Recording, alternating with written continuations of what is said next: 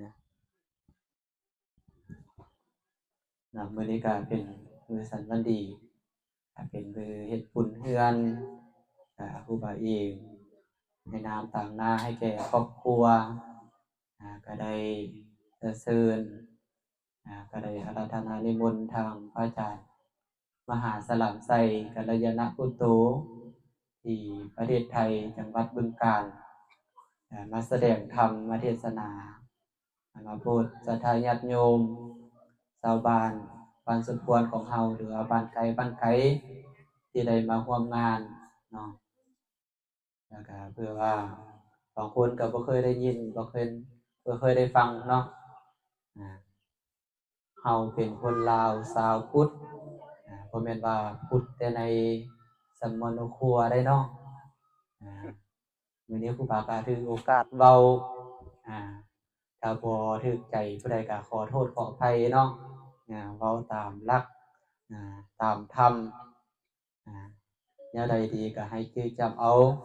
แนวใดบ่ดีก็ทิ่มมันไปเนาะมื้อนี้เฮาก็สิมาฟังเทศน์ฟังธรรมบ้านของเฮาก็ถือพุทธแต่ถือผีแท้ผีก็ผีพ่อผีแม่แล้วเนาะบ่ว่าจะถือหยังก็คือคุณงามความดีในสัมมโนครัวมันก็พุทธเนาะพุทธศาสนาคนเฮาที่เอาหยังมาเป็นที่จังที่พึ่งมาเป็นสรณะอันสูงสุดเป็นที่พึ่งได้แท้ที่พึ่งได้จริงมื้อนี้ก็สิได้ขอนิมนต์พระอาจารย์เพิ่นมาแสดงธรรมมากล่าวธรรมะให้แก่เอาตนญาติโยมได้ยินได้ฟังก็ให้พากันตั้งจิตตั้งใจน้อมนับรับเอาหลักธรรมคำสั่งสอนที่เพิ่นได้กล่าวได้สอนมาเนาะก็ให้พากันนั่งด้วยความเคารพให้ตั้งจิตตั้งใจฟังเด็กน้อยก็คือกันเนาะเด็กน้อยก็นั่งลงฟังบ่ต้องวนแซวเอาถือเอาโอกาสนี้เนาะโอกาสแบบนี้หาได้ยากเนาะต่อไปก็ให้เอาตนญาติโยมพากันไหว้พระแล้วก็สมาทานศีลอีกเทื่อหนึ่งแต่ว่าเรามีศีลเราก็จะมีอานิสงส์หลายเนาะเราอยู่ในศีลเด้ต่อไปก็ให้อาจารย์พากันไหว้พระจังน้อยแล้วก็รัตนาศีลแล้วก็รัตนาเทศเลย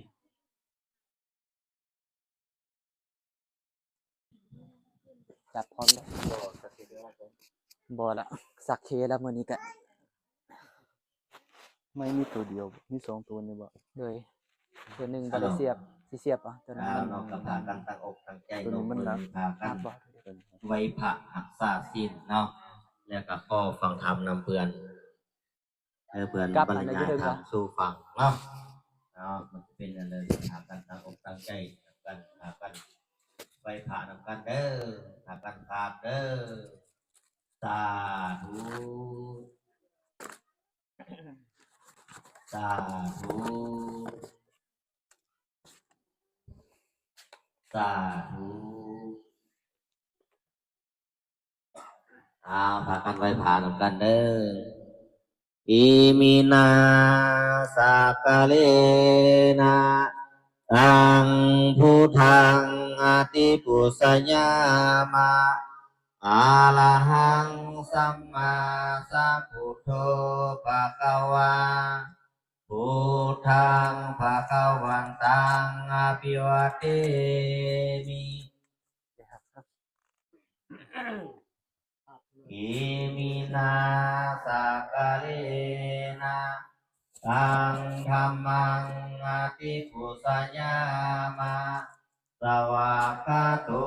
ภะคะวะตาธัมโมธัมมังนามัสสา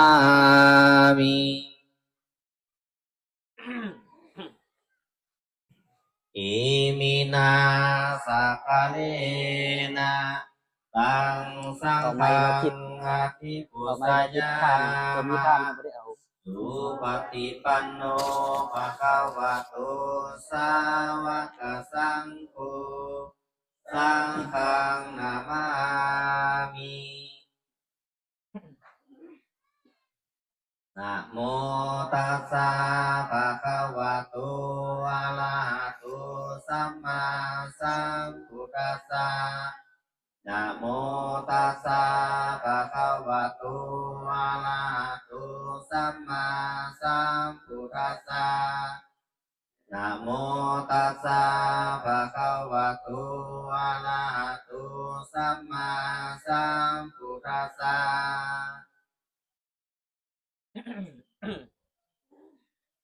พุทธังสรณังคัจฉามิธัมมังสรณังคัจฉามิสังฆังสรณังคัจฉามิทุติยมปิพุทธังสรณังคัจฉามิทุติยมปิธัมมังนังกัสสามิทุติยมปิสังฆังสารนังกัสสามิ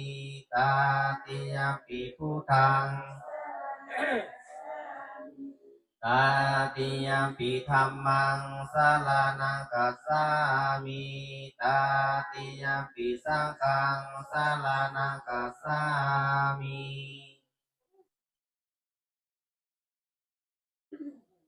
อิติปิโสภะคะวาอะระหังสัมมาสัพพุทโธวิสาจารณสัมปันโนสุขโตโลกาวิทูอนุตตโรธรรมสารติสัทธาเทวมนุษย์นังพุทโธภะคะวะติพุทธังสิวิตังญาวานิพพานังสารนังกัสสามิ สวากขาโตภะคะวะตาธัมโมสันทิฏฐิโกอาการิโกเอหิปัสสิโกโอปันนาปัญจตังเวทิตาโพวิญญูอินติธัมมังสิวิตังญาวานิปานังสารนังกัสสามิ ให้โดนปานใด สุป 3 ทุ่ม ฏิ เลย ปัน เด้อ โน เนี่ย ภะคะวะโต ชั่วโมงไปก็ได้ อะไรก่อน ชั่วโมงไปก็ได้หรือว่า2 ชั่วโมง สุปฏิปันโนภะ โยมสิ คะ บ่ วะ เหงา โต นอนบ่ สาวกสังโฆ ได้โอกาสแล้ว ยายะปฏิปันโน โดนเทื่อก็ได้ สาวกสังโฆสามิจิปฏิปันโนภะคะวะโตสาวกสังโฆยัตถิทังจัตตาริปาลานิยตาปุริสาบุปาลานิเอสาภะคะวะโตสาวกสังโฆอาหุนนายโยโยธากินนายโยอันสลิกาลาลิโยอนุตตลังปุญญาเกตังโลกัสสติสังฆังสิวิตังปานังสารนังกัสสามิสุกาสาวันทามิคันเตติติยังสาปังสัพพะคาทาเน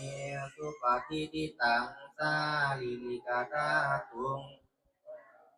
พุทธิงพุทธารูปังสักกาลังวันนาสามนาสาจิววันทาเมเจตตาปเจสยาเนเนธาเนกามเนจาปิจาปาทา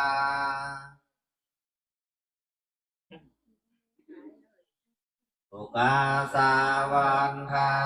มิพันเตสาพังอปาลาทังกามทะเมพันเตมยังมินาอนุโมทิตาพังสามินากตังปุญญังมายังกตาพังสาธุสาธุสาธุอนุโมทามิวันทามิพันเต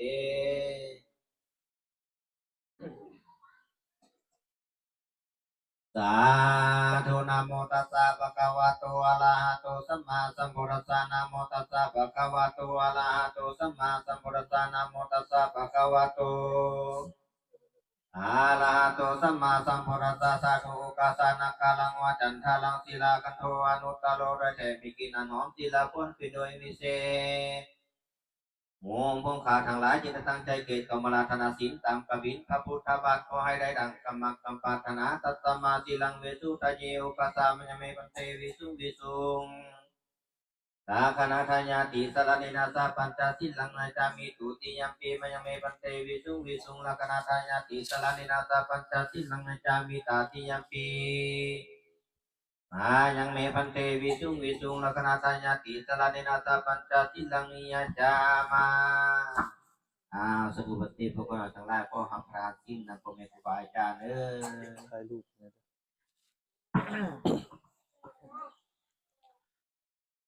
นะโมตัสสะภะคะวะโตอะระหะโตสัมมาสัมพุทธัสสะนะโมตัสสะภะคะวะโตอะระหะโตสัมมาสัมพุทธัสสะนะโมตัสสะภะคะวะโตอะระหะโตสัมมาสัมพุทธัสสะสาธุนะโมตัสสะภะคะวะโตอะระหะโตสัมมาสัมพุทธัสสะนะโมตัสสะภะคะวะโตอะระหะโตสัมมาสัมพุทธัสสะนะโมตัสสะภะคะวะโต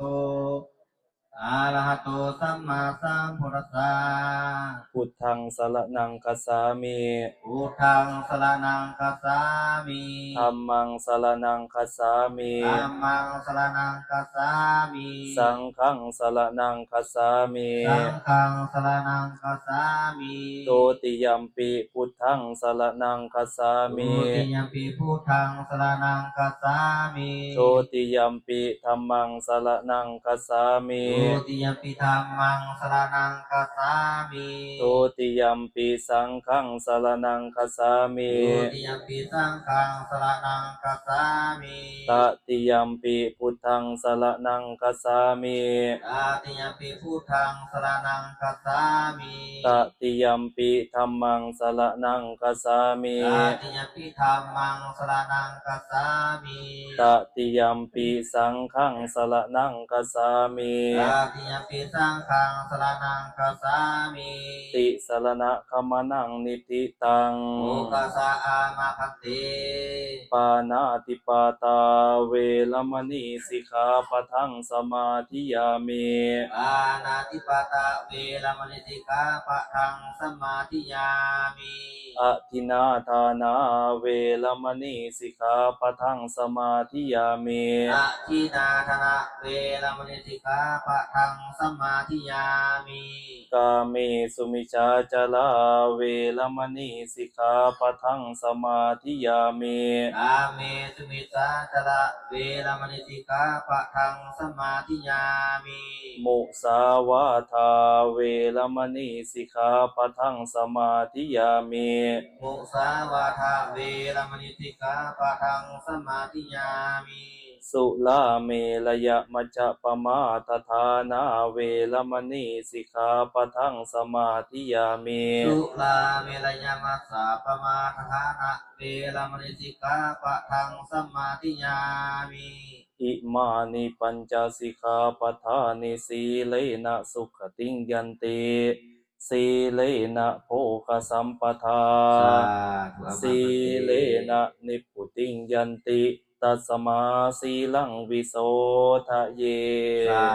ธุอิมานิปัญจสิกขาปทานิสมาธิยามิตุสิยัมปิอิมานิปัญจสิกขาปทานิสมาธิยามิตาสิยัมปิอิมานิปัญจสิกขาปทานิสมาธิยามิสาธุ หมุนกล้อง สาธุนะโมตัสสะภะคะวะโตอะระหะโตสัมมาสัมพุทธัสสะนะโมตัสสะภะคะวะโตอะระหะโตสัมมาสัมพุทธัสสะนะโมตัสสะภะคะวะโตอะระหะโตสัมมาสัมพุทธัสสะสาธุโอกาสาลังกัปนมัสสะการจุลทังกวายตญาปิฎกานังสามบุกีลานัมมาคงกิงโยมานะอัมมะเมนัมยะตปตักกิเลสโยไสไตคำ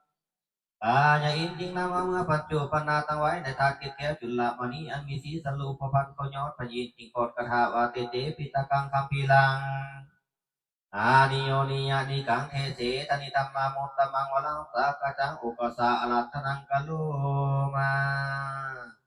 สาธุปฏิพวกเราทั้งหลายก็ฟังเทศน์ฟังธรรมนำความเมตตาอาจารย์เด้อสาธุ บ่บ่หยังบ่บ่อยู่บ่ อยากอยากไลฟ์กันก็ได้ เอาซะ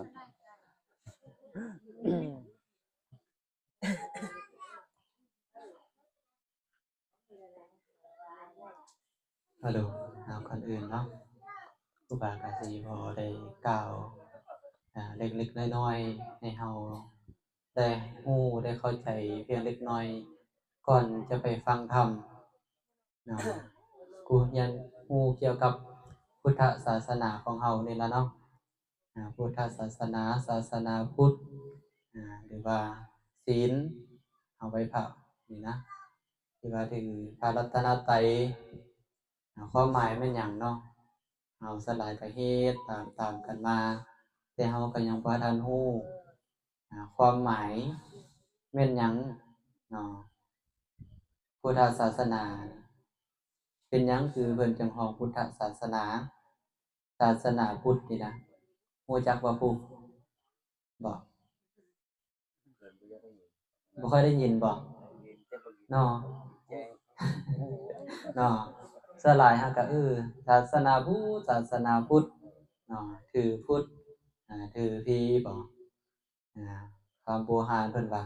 ศาสนาเปรียบดังน้ำอาบสวยเสี้ยวแนวสมองศาสนาคือสายทานอาบเย็นกายเนื้อศาสนาคือแสงประดิษฐ์ไตพอได้หูหอมธรรม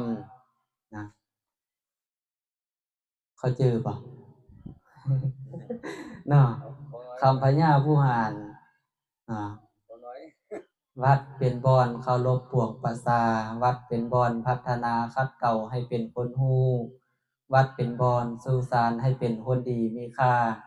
วัดเป็นบ่อนพัฒนาคัดเก่าพอได้ฮู้พร้อมทำลูกสิดีหรือให้พ่อแม่เป็นคนฮัดคันมีเฮือนบ่มีวัดความเจริญบ่มีเก้าว่านางหรือเท้าศาสนาอย่าป่าปล่อยคันบ่ได้เฮ็ดน้อยก็ขอให้ได้เฮ็ดหลายเนี่ยคำพญาผู้หานเพิ่นบอกว่าวัดเป็นบ่อนเคารพของประสาคำว่าพวงประสาก็ประชาชนบรรดาเผ่าเพราะว่าคนอยู่ลาวเฮานี่มีหลายเผ่าเนาะอยู่บ้านเฮานี่ก็เผ่าเมื่อยแดเมื่อยก็มี2เมื่อยแดเมื่อยก็ติดหน่อยเมื่อยก็ติดเยอะเนาะแม่นบ่ก็มีเผ่าไล่อะลาวมีลาวก้างแดลาวซุ่งแดไตแมนแดอยู่บ้านเฮาเนาะของประชาชนบรรดาเผ่าคนลาวชาวพุทธของเฮานี่ล่ะเป็นบ่อนเคารพเป็นบ่อนเคารพนกไว้เป็นศูนย์รวมความสามัคคีฮักแพงกันเนี่ยวัดเป็นบ่อนเคารพปวงประสาวัดเป็นบ่อนพัฒนาคัดเก่าให้เป็นคนฮู้แนวใดเฮาบ่ฮู้เฮาเข้าวัดเข้าว่าฟังพ่อแม่ครูบาอาจารย์เพิ่นเทศน์เพิ่นสอนคือครูบานี่ล่ะไปบวชเนาะเอาบ่ได้เข้าโรงเรียนแล้วก็ไปบวชศึกษาเอาสมัยแต่กี้ก็บ่ได้มีโรงเรียนใดก็เข้าบวชเอาจังได๋มีความรู้ใดเนาะปู่เนาะสมัยแต่กี้นี่ไอ้เด้อปีไอ้ทิศไอ้เสียงโอ้มีความรู้แล้วเนาะซุมื้อนี้เด้เสียงก็เสียงข้าวต้มเนาะบวชดินบวชรองบวชคองประเพณีบวชหนี้สงสารบวชผ่านเข้าสุขบวชสนุกตามเพื่อนบวชเพื่อนศาสนาบวชศึกษาพระวินัยเจ้าหน่อยนี่บวชอะไรบวชเจ้าหน่อยบวชกินข้าวต้มบอกเนาะวัดเป็นบ่อนพัฒนาคัดเก่าให้เป็นคนฮู้วัดเป็นบ่อนสู่สารให้เป็นคนดีมีค่าเอาจะเป็นคนดีที่มีค่าก็ต้องมีความรู้ความสามารถมีความฉลาดลักแหลมเป็นผู้ที่เรียนผู้ที่ศึกษา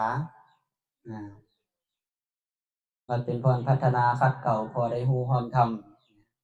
หลักธรรมคำสั่งสอนขององค์สมเด็จพระสัมมาสัมพุทธเจ้าเพื่อให้ถือพระพุทธพระธรรมพระสงฆ์เป็นสรณะเป็นที่จังที่พึ่งพระพุทธเองไม่พูดได้พระพุทธเห็นบ่เห็นจะเถื่อบ่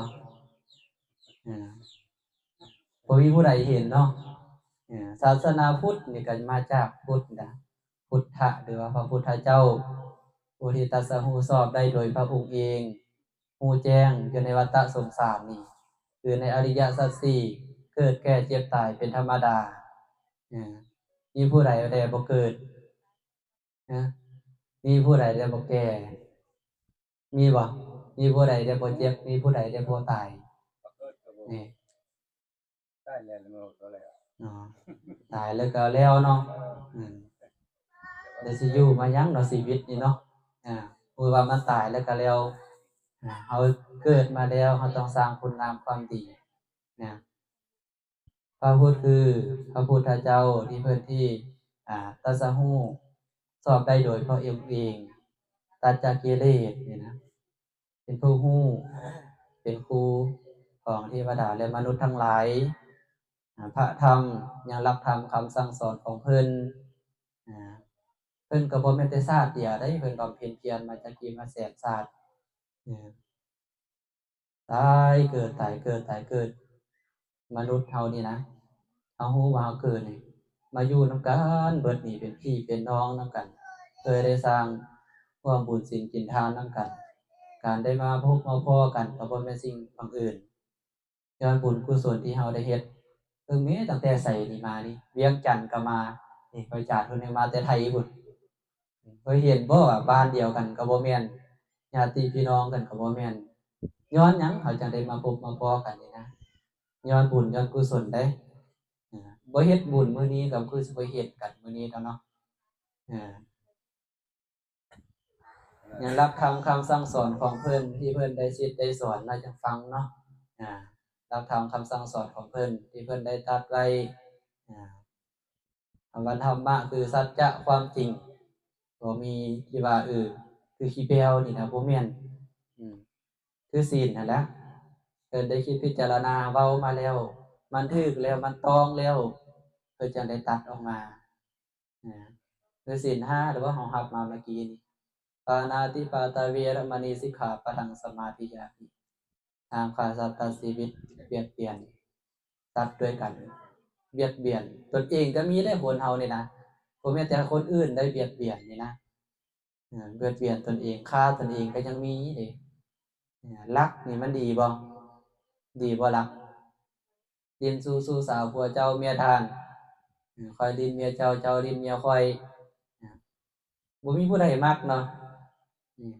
เว้าตัวอันนี้นะมีผู้ใดมักบ่คนอื่นตัวบ่มักบ่บ่มีผู้ใดมักได้เบิ่งนี่เนาะสุราคือกันบางคนเราจะให้เพิ่นเว้าเรื่องสุราดิเนาะสุรามีตยัมปสะปมาทฐานาเวรมณีสิกขาปะทังสมาธิยามิเว้นจากการดื่มเหล้าเมาสุราสิ่งเสพติดยาบ้ายาฝิ่นเฮโรอีนกัญชาบ่แม่นแต่ว่าสุราอย่างเดียวได้สิ่งที่ว่าเฮากินไปแล้วเสพไปแล้วเฮ็ดให้เฮาขาดสตินะให้เกิดความประมาทบางคนก็ถามได้ซอยนี่นะถ้ามันบ่ดีคือเขาผลิตออกมาบัดเนาะผลิตออกมาให้หยังว่ามันบ่ดีเนาะกินเข้าไปแล้วมันเป็นจังได๋แล้วบัดนี้เนาะเนี่ยมันบ่ดีเพิ่นก็จะได้ตัดออกมาเปลี่ยนหลักธรรมคำสั่งสอนของเพิ่นธรรมะเป็นสันทิฏฐิโกเป็นอากาลิโกนี่เพิ่นได้สิได้สอนนะเดี๋ยวสุปฏิปันโนเฮาไหว้พระสวดมนต์ทุกมื้อนี่แหละเนาะสุปฏิปันโนน่ะ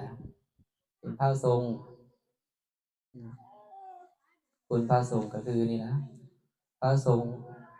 นี่ก็แบ่งเอาเป็น2อย่างคือสมมุติสงฆ์หรือว่าอริยสงฆ์สมมุติสงฆ์นี่บวชเข้ามาเหลืองๆนั่นก็สมมุติสงฆ์แล้วสมมุติทานทั้ง2ชื่อว่านาคะบวชสมมุติขึ้นมาบวชโลนๆนั่นนี่แหละนะลองบวชเด้อผู้ใดเคยบวชเด้อลองบวชตึงบวชนี่บวชง่ายแต่การปฏิบัตินี่ยากเป็นจะว่าเป็นพระสงฆ์ผู้ที่ปฏิบัติดีปฏิบัติชอบปฏิบัติโกงแล้วเนาะอันนี้ก็เว้าพอคร่าวๆเนาะอันนี้เวลาก็หลายอันนี้ให้พอให้ฮู้ได้เข้าใจคำว่าศาสนาพุทธนี่นะ ศาสนาพุทธนี้เฮ็ดจั่งใดให้เป็นพุทธบ้านเฮาก็มีวัดมีวามีศาสนาอ่าที่เว้ามากี้นี่นะวัดเป็นบ่อนเคารพของภาษาวัดเป็นบ่อนพัฒนาขัดเกลาให้เป็นคนรู้วัดเป็นบ่อนสู่สานให้เป็นคนดีมีค่าวัดเป็นบ่อนพัฒนาขัดเกลาบ่ได้รู้ความธรรมลูกสิดีหรือหายพ่อแม่เป็นคนรักคันมีเรือนบ่มีวัดความเจริญบ่มีกล่าวว่านางหรือเท้าศาสนาจะปาปล่อยคันบ่ได้เฮ็ดน้อยก็ขอให้ได้เฮ็ดหลายอ่า คันว่าคนเฮานี่ต้องพึ่งอาศัยกันเจ้าเบิ่งข่อยข่อยเบิ่งเจ้าเรื่อยๆสืบมาคือดังป่าอาศัยน้ำน้ำก็พึ่งวังป่าป่าอาศัยวังเอิ้นร่องรอยในน้ำคือดังน้ำอาศัยห้วยงัวควายอาศัยแอกสายแหกอาศัยไก่ตุ่มโต้นตุ่มจักพรคือดังคอนอาศัยไหมนกใสอาศัยโกนอาศัยหังก็มีเนาะคนอาศัยคนดังเดียวโดยดามคือดังน้ำอาศัยหมอหม้ออาศัยซองมีอยู่บ่หมออยู่แถวนี้นะ ซองไปแล้วจะสิถือบ่ถือเนาะชิมเสือใส่น้ำโอ้ค้างจนเนี่ยนะของอาศัยไม่ค้อนตีใดจึงค่อยดัง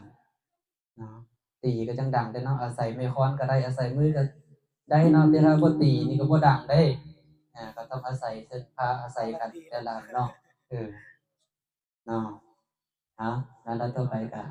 ให้พระมหาเพิ่นได้กล่าวธรรมะ ให้จะแจงอีกตื่มเนาะขออาราธนานิมนต์ก็ได้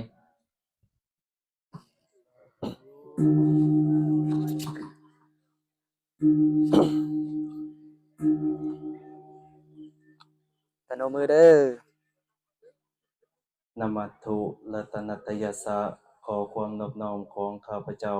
จงมีแก่พระรัตนตรัยคือคุณพระพุทธคุณพระธรรมคุณพระสงฆ์ขอถวายความเคารพและก็ขอโอกาสคณะสงฆ์พ่อแม่ครูบาอาจารย์ทุกอาจทุกองค์ณโอกาสนี้และก็ขอเจริญพรไปยังศรัทธาญาติโยมทั้งหลายทั้งหญิงทั้งชายเพื่อความสุขสบายขอให้ท่านทั้งหลายจงเอามือลงฟังธรรมตามสบายอีพ่ออีแม่เฮาทุกท่านทุกคนเหงานอนก็อดเอาผู้เว้าก็สิอดเอาคือกันปกติแล้ว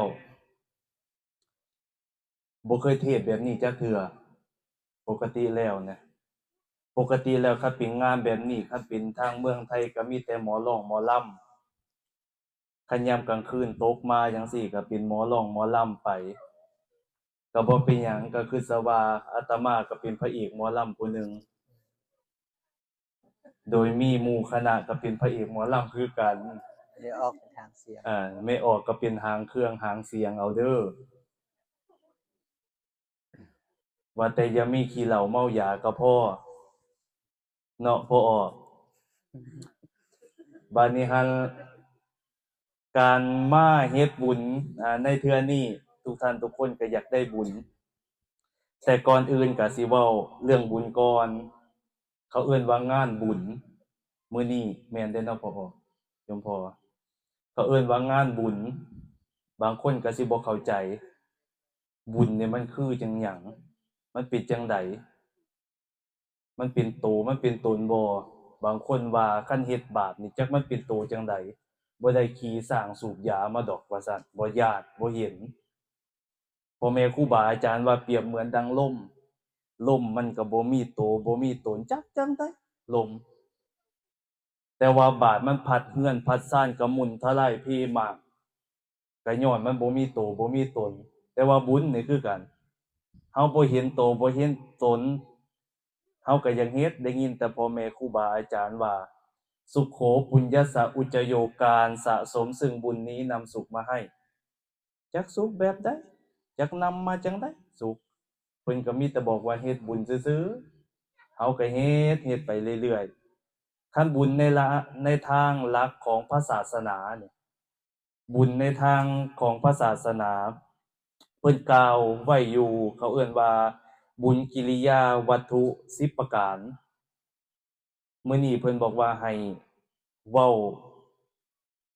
ประมาณชั่วโมงกว่าว่าซั่นปาดอดเอาเด้อคันยังเหงานอนก็ อดฟังเอาก่อนเพิ่นบอกว่า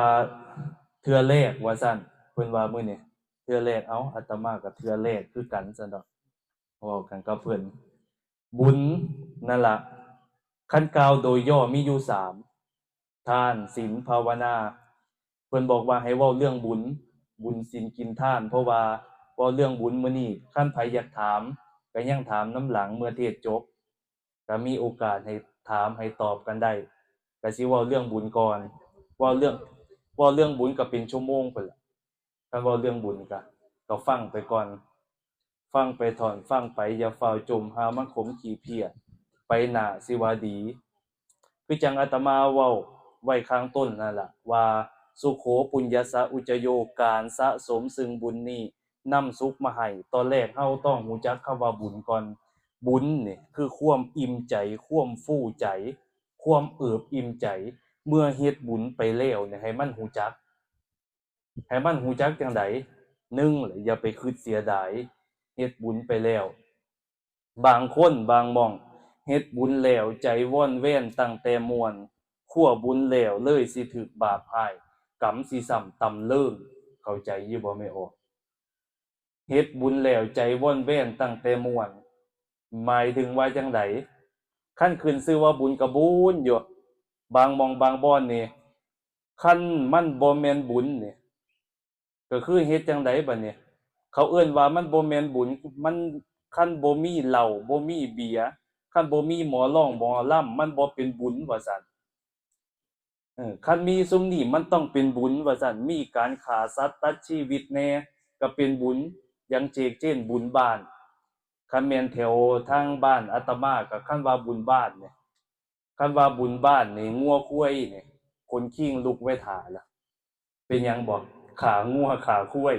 เฮ็ดงานบุญบ้านแบ่งพูดกันจังซี่ไดอันนี้ก็เป็นที่จริงแล้วคัน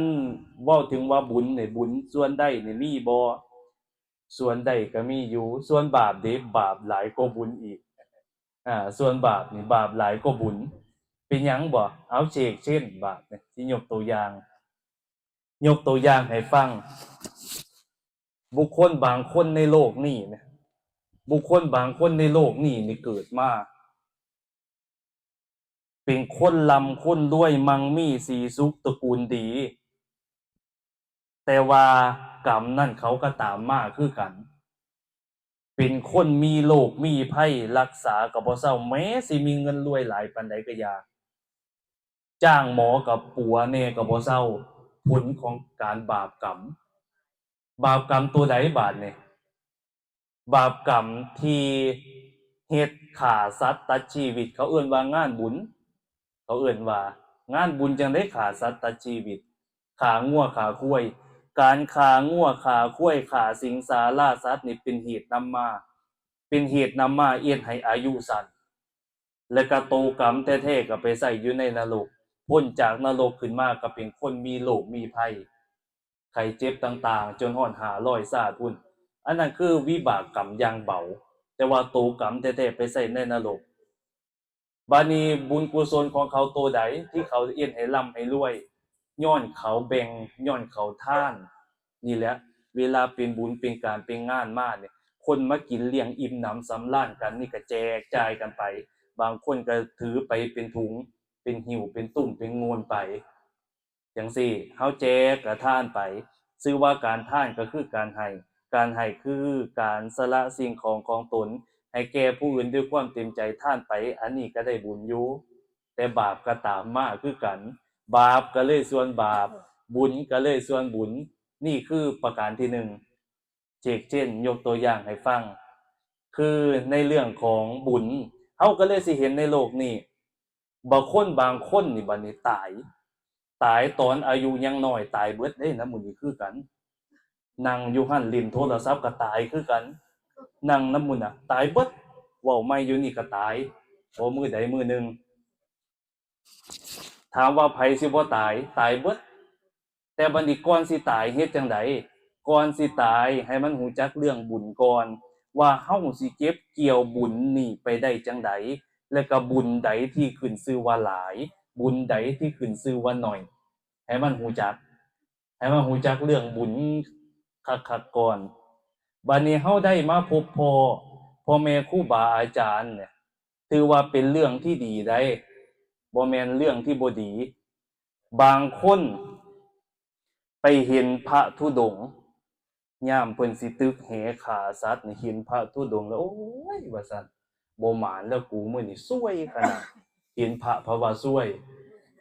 มีอยู่บ่ทางเฮาทั้งขึ้นชื่อว่าหาปูหาปลาฆ่าสัตว์ตัดชีวิตอะเว้าซวยไว้ก่อนคันเห็นพระที่จริงแล้วเห็นพระแล้วแห่งบุญก็ซ้ำเพิ่นบ่ว่าอนุตตรังปุญญเกตังดอกโลกัสสะพระสงฆ์เป็นเนื้อหยังเนื้อหน้าบุญของโลกนั่นเองพระสงฆ์เป็นเนื้อหน้าบุญของโลกไดอีพ่ออีแม่เฮาคันพระหลายก็แห่งได้บุญหลายการทำบุญคือกันมุ่นพระมาไล่ตั้งแต่4องค์ขึ้นไปจัดว่าเป็นสงฆ์แม้เพิ่นบ่เป็นสงฆ์โดยอริยกยาเพิ่นเป็นสมมุติสงฆ์อานิสงส์นี่ก็นับประมาณบ่ได้คันเป็นสมมุติสงฆ์คำว่าสมมุติสงฆ์ก็คือสงฆ์โดยสมมุติยังมีกิเลสอยู่แต่ก็ถึงกระนั้นก็อานิสงส์นั้นก็ยังนับประมาณบ่ได้ไดทุกท่านทุกคนบัดนี้หันอยากให้รู้จักเฮาอยากให้เฮานี่ท่านทั้งหลายนี่รู้จักเรื่องบุญให้มันคักๆก่อนว่าเมื่อเฮ็ดบุญไปแล้วนี่ให้มันเอิบอิ่มใจมโนปุพพังคมาธัมมามโนเศรษฐามโนมยา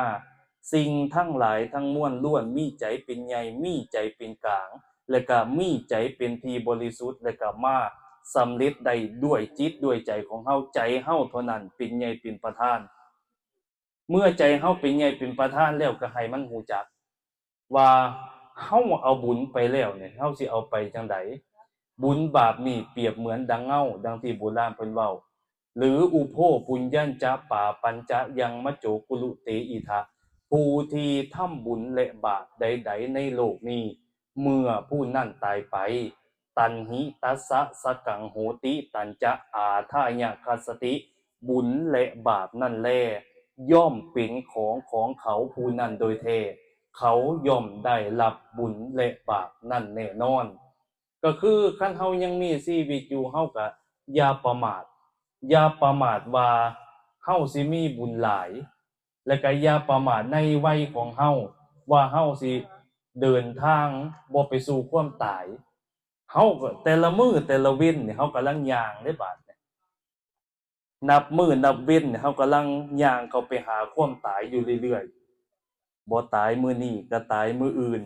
บ่ตายมื้ออื่นก็ตายมื้อฮื้อบ่ตายมื้อฮื้อก็ตายมื้อต่อๆไปเฮากำลังย่างเข้าไปจักมื้อใดสิเป็นมื้อของเฮามื้อนี้คันเป็นงานศพเฮาไปส่งเขาอยู่แต่มื้อหน้าเขาสิมาส่งเฮาสิเก่งปานใดมียศถาบรรดาศักดิ์หลายปานใดก็อย่าแม้สิสูงปานใดใหญ่ปานใดก็นอนในโลงคือเก่านั่นคือสัจธรรมของชีวิตดังนั้นแล้วเพิ่นให้เรียนรู้ว่าสัจธรรมหรือปริศนาธรรมพ่อแม่ครูบาอาจารย์เพิ่นสอนไว้ว่าไทยเฮาท่านทั้งหลายนี่มีเมียอยู่4คนฟังเด้อว่าสิเป็นเมียจังไดมีเมียอยู่4คนคนที่1เนี่ย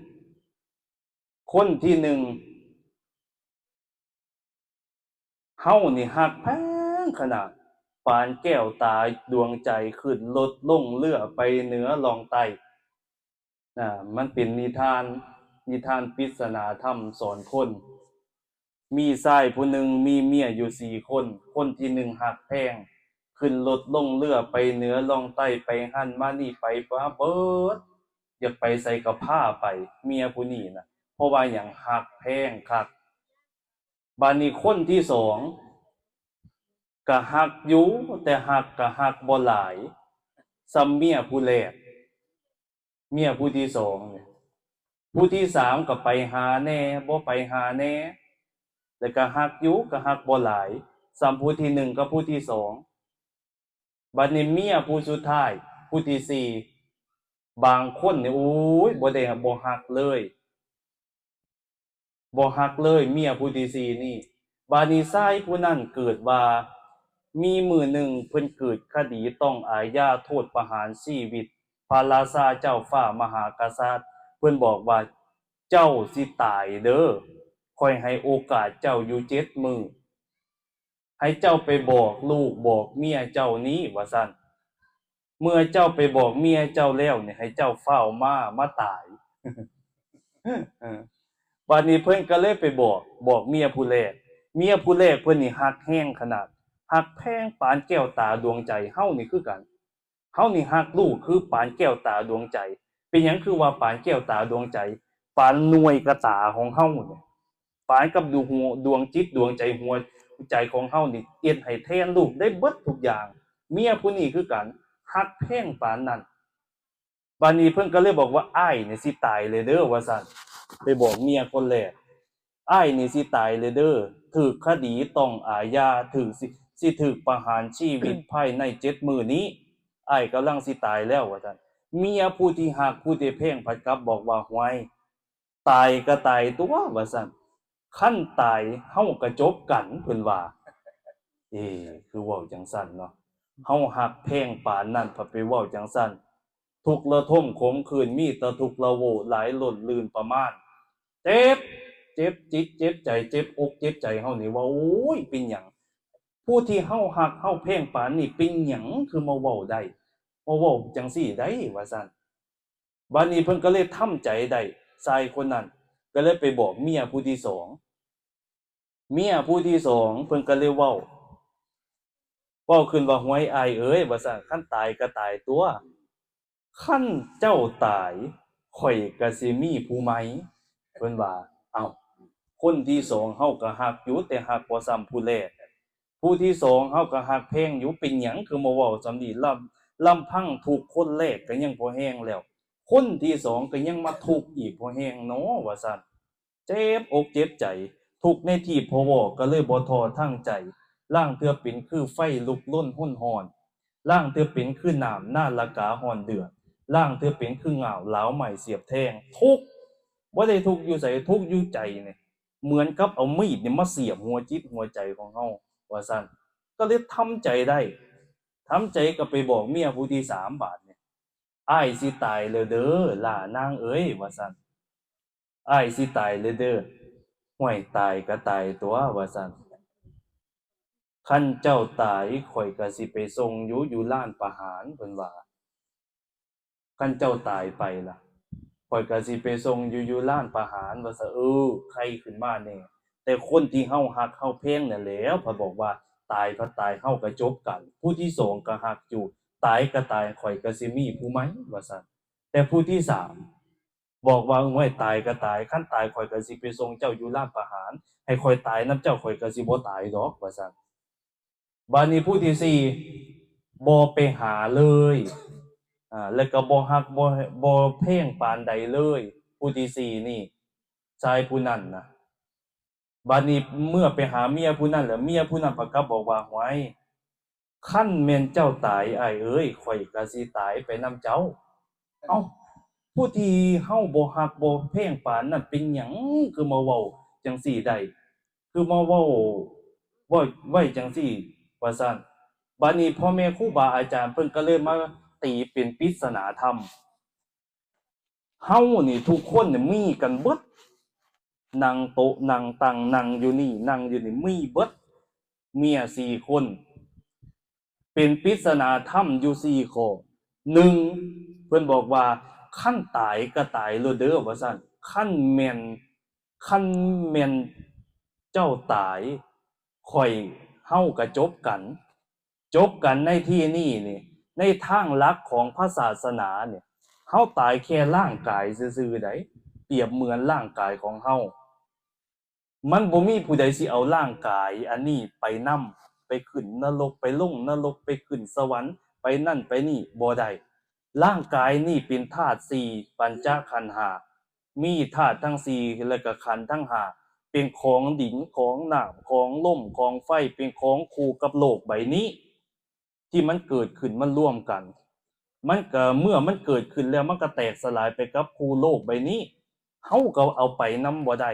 เมื่อตายไปแล้วเฮาก็จบกันแล้วว่าซั่นเฮาเอาไปนำบ่ได้ร่างกายนี้ตัวใดบาดนี่สิไปจิตเฮานี่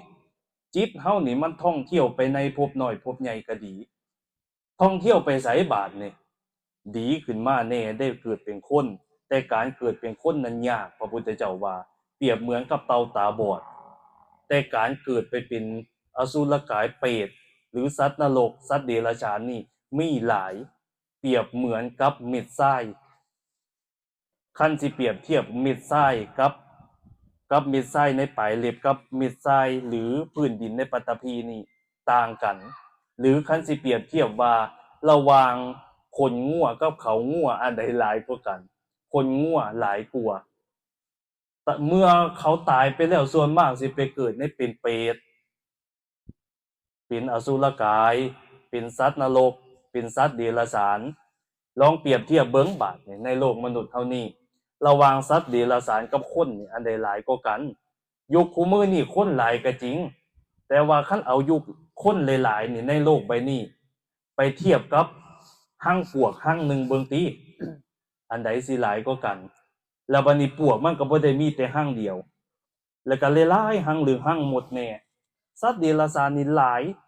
ที่แท้พวกเขาเหล่านี้ล้วนเป็นคนผ่านมาก่อนพระพุทธเจ้าว่าปลาที่เฮากินมื้อนี้คือกัน เฮากิน1ปลามื้อนี้คือกันเขาก็เคยเป็นคนมาก่อนและเขาตายไปเขาก็ตายเป็นสัตว์เดรัจฉานหรือสิงสาราสัตว์อีหยังต่างๆเนี่ยที่แท้เขาล้วนเป็นคนผ่านมาก่อนไดนะนั่นคือประการที่1ที่เฮามีเมียกันซุคนแล้วเฮาฮู้จักแล้วคือร่างกายเฮาดับไปแค่ร่างกายซื่อๆแต่จิตเฮามันบ่ทันตายไปขั้นดีแน่ก็เกิดเป็นคนขั้นซัวแน่บาดเนี่ยไปเกิดเป็นสัตว์เดรัจฉานแล้วโอ้จักยามใดสิได้มาเกิดเป็นคนอีกจักยามใดสิตายเกิดยังสิได้มาเกิดเป็นคนการเกิดเป็นคนพระพุทธเจ้าเพิ่นก็เลยเปรียบเหมือนกับเต่าตาบอด100 ปีสิโผล่หัวขึ้นมาเทื่อนึงและการโผล่หัวของเต่านั้นสิรอดห่วงไม้เอกห่วงน้อยๆนี่ลมทิศเหนือพัดให้ลอยไปทางทิศตะวันออกคือลมพัดไปเหนือใต้ออกตกพัดไปอยู่จังซี่เต่าตัวนั้นก็เป็นเต่าตาบอดอยู่ในท่ามกลางมหาสมุทรจักอยู่ส่วนใดแล้วห่วงน่ะ100 ปีสิโผล่หัวขึ้นมาเทื่อนึงเป็นไปได้ยากสันเดียวกันที่ผู้ใดสิได้ความเกิดเป็นมนุษย์พระพุทธเจ้าว่านั่นความยากกันเป็นปานนั้นใดเฮาแตกเฮาตายก็ตายแค่ร่างกายซื่อๆจิตเฮายังบ่ทันตายเด้อตราบใดที่ยังเวียนว่ายตายเกิดอยู่นี่คือยังบ่ทันบรรลุถึงพระนิพพานยังบ่ทันปราศจากกิเลสตัณหาการเวียนว่ายตายเกิดนี่ก็อยู่ย่อมมีอยู่ล่ำไปเกิดเป็นคนเกิดเป็นเทวดาเกิดเป็นสัตว์เดรัจฉานเกิดเป็นเปรตเกิดเป็นอสุรกายเกิดเป็นสัตว์นรกก็วนเวียนกันอยู่จังซี่บ่จบบ่สิ้นตราบใดที่ยังมีกิเลสอยู่นั่นคือเมียผู้ที่1บัดนี้เมียผู้ที่2ตายก็ตายตัวว่าซั่นคันตายไปแล้วข่อยสิมีผู้ใหม่คือหยังบัดนี้ไม่ออกคือหยังฮู้จักอยู่บ่ทางผม มีจะมาแปล ถามผู้นางตั้งนี่ก็ได้ฮู้จักอยู่บ่เคยได้ยินจักเทื่ออยู่บ่คันตายก็ตายตัวคันตายไปแล้วเนี่ยข่อยก็สิมีผู้ใหม่ว่าซั่นมีผู้ใหม่ในที่นี้ เฮามีทรัพย์สินเงินทองสิ่งของต่างๆบ้านเรือนให้หน้าตากาคันตายไปแล้วผู้ใดเนี่ยเอาไปได้นำบ่มีจักคนคันมีก็ให้มาเถียงยกมือขึ้นบ่มีจักคนเอาไปนำบ่ได้บัดนี้คันตายตัวก็ตายไปแล้วข่อยก็สิมีผู้ใหม่ในที่นี้คือไผคือลูกหลานเหลนโหลนของเฮาแม่นเบิดมอบให้เฮามีทรัพย์สินเงินทองสิ่งของต่างๆเอาให้หน้าตากาหรือเฮือนเนี่ยเปลี่ยนผู้ใหม่อยู่บ่ว่าสิเป็นให้เป็นหน้าหรือบ่ว่าสิเป็นสิ่งของต่างๆเฮาก็สิได้เอาให้ลูกให้หลานเป็นมรดกสืบต่อไปเขาก็สิมีเป็นผู้ใหม่ปกครองสิ่งของต่างๆนี้บัดนี้เมียผู้ที่3คันตายก็ตายตัวว่าซั่นคันตายไปแล้วข่อยก็สิไปส่งเจ้าได้แค่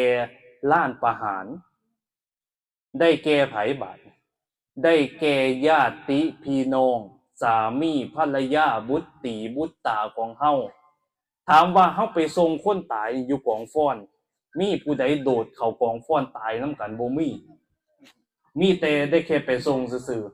ๆเมื่อไปส่งแล้วเนี่ยครับเมื่อไปส่งแล้วก็บ่ได้ยืนเฝ้าจนเบิดมื้อเบิดเว้นหรือสิยืนเบิ่งจนฮอดทั้งปีทั้งชาติเมื่อไปส่งถูกเผาแล้วก็ปล่อยให้ทิ้งหรือปล่อยให้เผาไว้แล้วก็กลับมาเฮือนพี่แม่นอยู่บ่มันเป็นจังซั่นนั่นแหล้วได้แค่ไปส่งแค่กองฟ้อนซื่อๆบาดนี้เมียผู้ที่4นี่สำคัญเมียผู้ที่4บาดเนี่ยเมียผู้ที่4นี่สำคัญหวยว่าซั่นเมียผู้ที่4นี่คือเป็นผู้ที่บ่ฮักบ่แพงเลยชายผู้นี้น่ะคันตายก็ตายตัวอายว่าซั่นคันตายข่อยก็สิตายไปนำเจ้าได้แก่หยังอีแม่เฮาทางพุ่นมุมพุ่น ได้แก่หยังรู้จักอยู่บ่ กับบาป ได้แก่บุญกับบาปนั่นเด้บุญบาปเท่านั้นใดเหมือนกับเงาตามโตเฮาไปสันนั้นพระพุทธเจ้าว่ากระซั่นเพิ่นบอกว่าอุโภปุญญัญจะปาปัญจะยังมัจโจกุลุเตอิทะผู้ที่เฮ็ดบุญและบาปใดๆในโลกนี้เมื่อผู้นั้นตายไปตันหิตัสสะสกังโหติตัญจะอาทายะคัสสติบุญและบาปนั่นแลย่อมเป็นของเขาผู้นั้นโดยแท้เขาย่อมได้รับบุญและบาปนั่นแน่นอนนั่นใดคือบุญกับบาปเฮาก็สิติดตามเฮาไปได้จังนั้น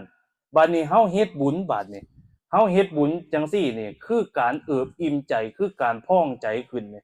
เฮาคือดีใจเด้อบาดนี้เมื่อระลึกถึงยามใดนี่โอ้ยสุขใจปลื้มปีติปราโมทย์เกิดขึ้นภายในจิตภายในใจบ่ว่าสิเป็นการฟังเทศน์ฟังธรรมหรือบ่ว่าการสิเฮ็ดเกี่ยวกับบุญกุศลต่างๆหรือการใส่บาตรตักบาตรหยาดน้ำนี่มันก็เลยสิต่างกันกับการเฮ็ดบาปเมื่อเฮ็ดบาปนี่ใจเฮาสิเศร้าหมองเฮ็ดบุญนี่ใจเฮาสิพองใจเฮาสิเย็นใจเฮาสิซุ่มบุญนี่กล่าวโดยเหตุคือความดีกล่าวโดยผลคือความสุขเมื่อเฮาเฮ็ดดีผลตามมามันก็สิมีสุขบ่การเฮ็ดบุญสุขคันคิดว่าทุกข์ใจอยู่บุญนั่นก็บ่เกิดแล้วบุญนั่นก็บ่เกิดภายในจิตภายในใจแล้วก็สิบ่ต่างกันการเฮ็ดบุญต้องชำระออกคือหรือเขาเอิ้นว่าเป็นเครื่องกำจัดสันดานที่มันเกิดขึ้นจังซี่ใดเขาเรียกว่าการเฮ็ดบุญเมื่อเฮาเฮ็ดบุญไปแล้วนี่มันพองใจมันเอิบอิ่มใจยินดีปลื้มปีติปราโมทย์เกิดขึ้นมันก็เลยต่างกันกับสิ่งของต่างๆเหมือนเช่นว่าเปรียบเหมือนว่าคันเฮามีสิ่งของต่างๆบ่ว่าสิเป็นไหนาตากาแม้สิมี100เฮกตาร์ก็อย่าหรือเป็นพันไร่ก็อย่าไหนานี่ไหนาทั้งหลายทั้งมวลนี่คันสิใช้แท้ๆก็ใช้ได้แค่กว้างศอกยาวว่าหนาคืบเท่านั้นแต่เฮาเมื่อระลึกได้ว่าโอ้หน้าเฮานี่หลายปานนี้ตัวเฮาก็เกิดความชุ่มใจเกิดความยินดีใจว่าโอ้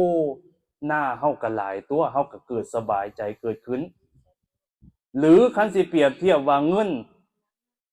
มีเป็น100ล้านพันล้านก็อย่าเฮาเอามาใช้แท้ๆก็ใช้ได้บ่กี่บาทเงินแท้ๆก็ใช้อยู่ในธนาคารอยู่ในธนาคารพุ่นแต่เมื่อระลึกถึงได้ว่าโอ้เงินเฮาตัวนี่อยู่ในธนาคารเฮาก็เกิดความชุ่มใจเกิดความยินดีใจปลื้มปีติปราโมทย์เกิดขึ้นหรือเฮาสิเปรียบเทียบว่ารถเฮาที่เฮาขับนี่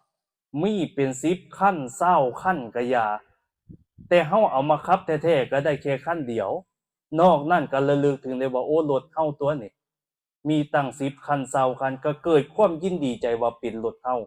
ยินดีปีติปราโมทย์เกิดขึ้นภายในจิตภายในใจเกิดขึ้นแ แต่ของทั้งหลายทั้งมวลที่กล่าวมานี่ล้วนแต่เสื่อมสลายไปกะตามคู่โลกรถก็สิพังเงินบ่มือใดมือหนึ่งก็สิเบิดหรือคันบ่เบิดเฮาก็สิตายก่อนเงินนั้นหรือให้หน้าตากาอีกบ่โดนก็สิเปลี่ยนเจ้าของแต่บุญที่เฮาเฮ็ดบาดเนี่ยแต่บุญที่เฮาเฮ็ดนี่มันบ่เสื่อมไปไสบ่หนีไปไสบ่หายไปไสเมื่อระลึกนึกถึงเกิดขึ้นยามใดยินดีปีติปราโมทย์ว่าโอ้เฮาได้เฮ็ดบุญมาเฮาได้กระทำบุญมาตัวในเฮือนในเฮือนนี่แม้คันเป็นปีหน้าเมื่อระลึกถึงได้เห็นภาพเก่าโอ้เฮาเคยเฮ็ดบุญอยู่นี่ก็เกิดความแช่มชื่นปลื้มปีติยินดีปราโมทย์เกิดขึ้นภายในจิตภายในใจคนรักเอาบุญนี่ก็บ่ได้คนมาปล้นก็บ่ได้โจรมาปล้นก็บ่ได้แต่ของทั้งหลายทั้งมวลที่อาตมากล่าวมาบ่ว่าสิเป็นทรัพย์สินเงินทองไหหน้าตากาหรือเงินซ่านล้านแป้นเขาเอาไปได้แต่บุญกุศลเฮานี่เขาเอาไปบ่ได้เพราะว่ามันเป็นหยังอยู่ในจิตในใจนี่ก็เลยถามใจเจ้าของบาดนี่ออกตนญาติโยมทั้งหลายถามใจเจ้าของว่าเฮาเฮ็ดบุญแต่ละเทื่อเนี่ยเฮาสุขใจบ่คันทุกข์ใจอย่าเฮ็ดคันทุกข์ใจขั้นทุกข์ใจนะขั้นสุขใจนั่นแหละคือบุญเกิดแล้วเกิดขึ้นภายในจิตภายในใจบาดนี้เมื่อเฮาเฮ็ดจังซี่เป็นอาจินบาดเนี่ยเฮ็ดจังซี่เป็นอาจินเขาเอิ้นว่าอาจินกรรมกรรมที่เฮ็ดเป็นตลอดเนี่ยเฮ็ดตลอดเฮ็ดไปเรื่อยๆอย่างเช่นใส่บาตรเนี่ยใส่บาตรเรื่อยๆใส่บาตรเรื่อยๆใส่บาตรเรื่อยๆเฮาเคยชินเขาเอิ้นอาจินน่ะคือความเคยชินเฮ็ดตลอดไปนี่จิตนี่จิตใจเฮานี่มันสิผูกพันกับสิ่งนี้นี่เป็นอารมณ์เมื่อจิตเฮาสิดับไปจิตเฮาสิตายนั่นแหละเขาเอิ้นว่ามีคตินิมิตเป็นที่ไปคันแม่นสิตายแล้วไฟลุกขึ้นวาบวาบวาบเนาะเตรียมตัวลงนรกอันนั้นคันเห็นก้อนเนื้อแล้วสิไปเกิดเป็นคน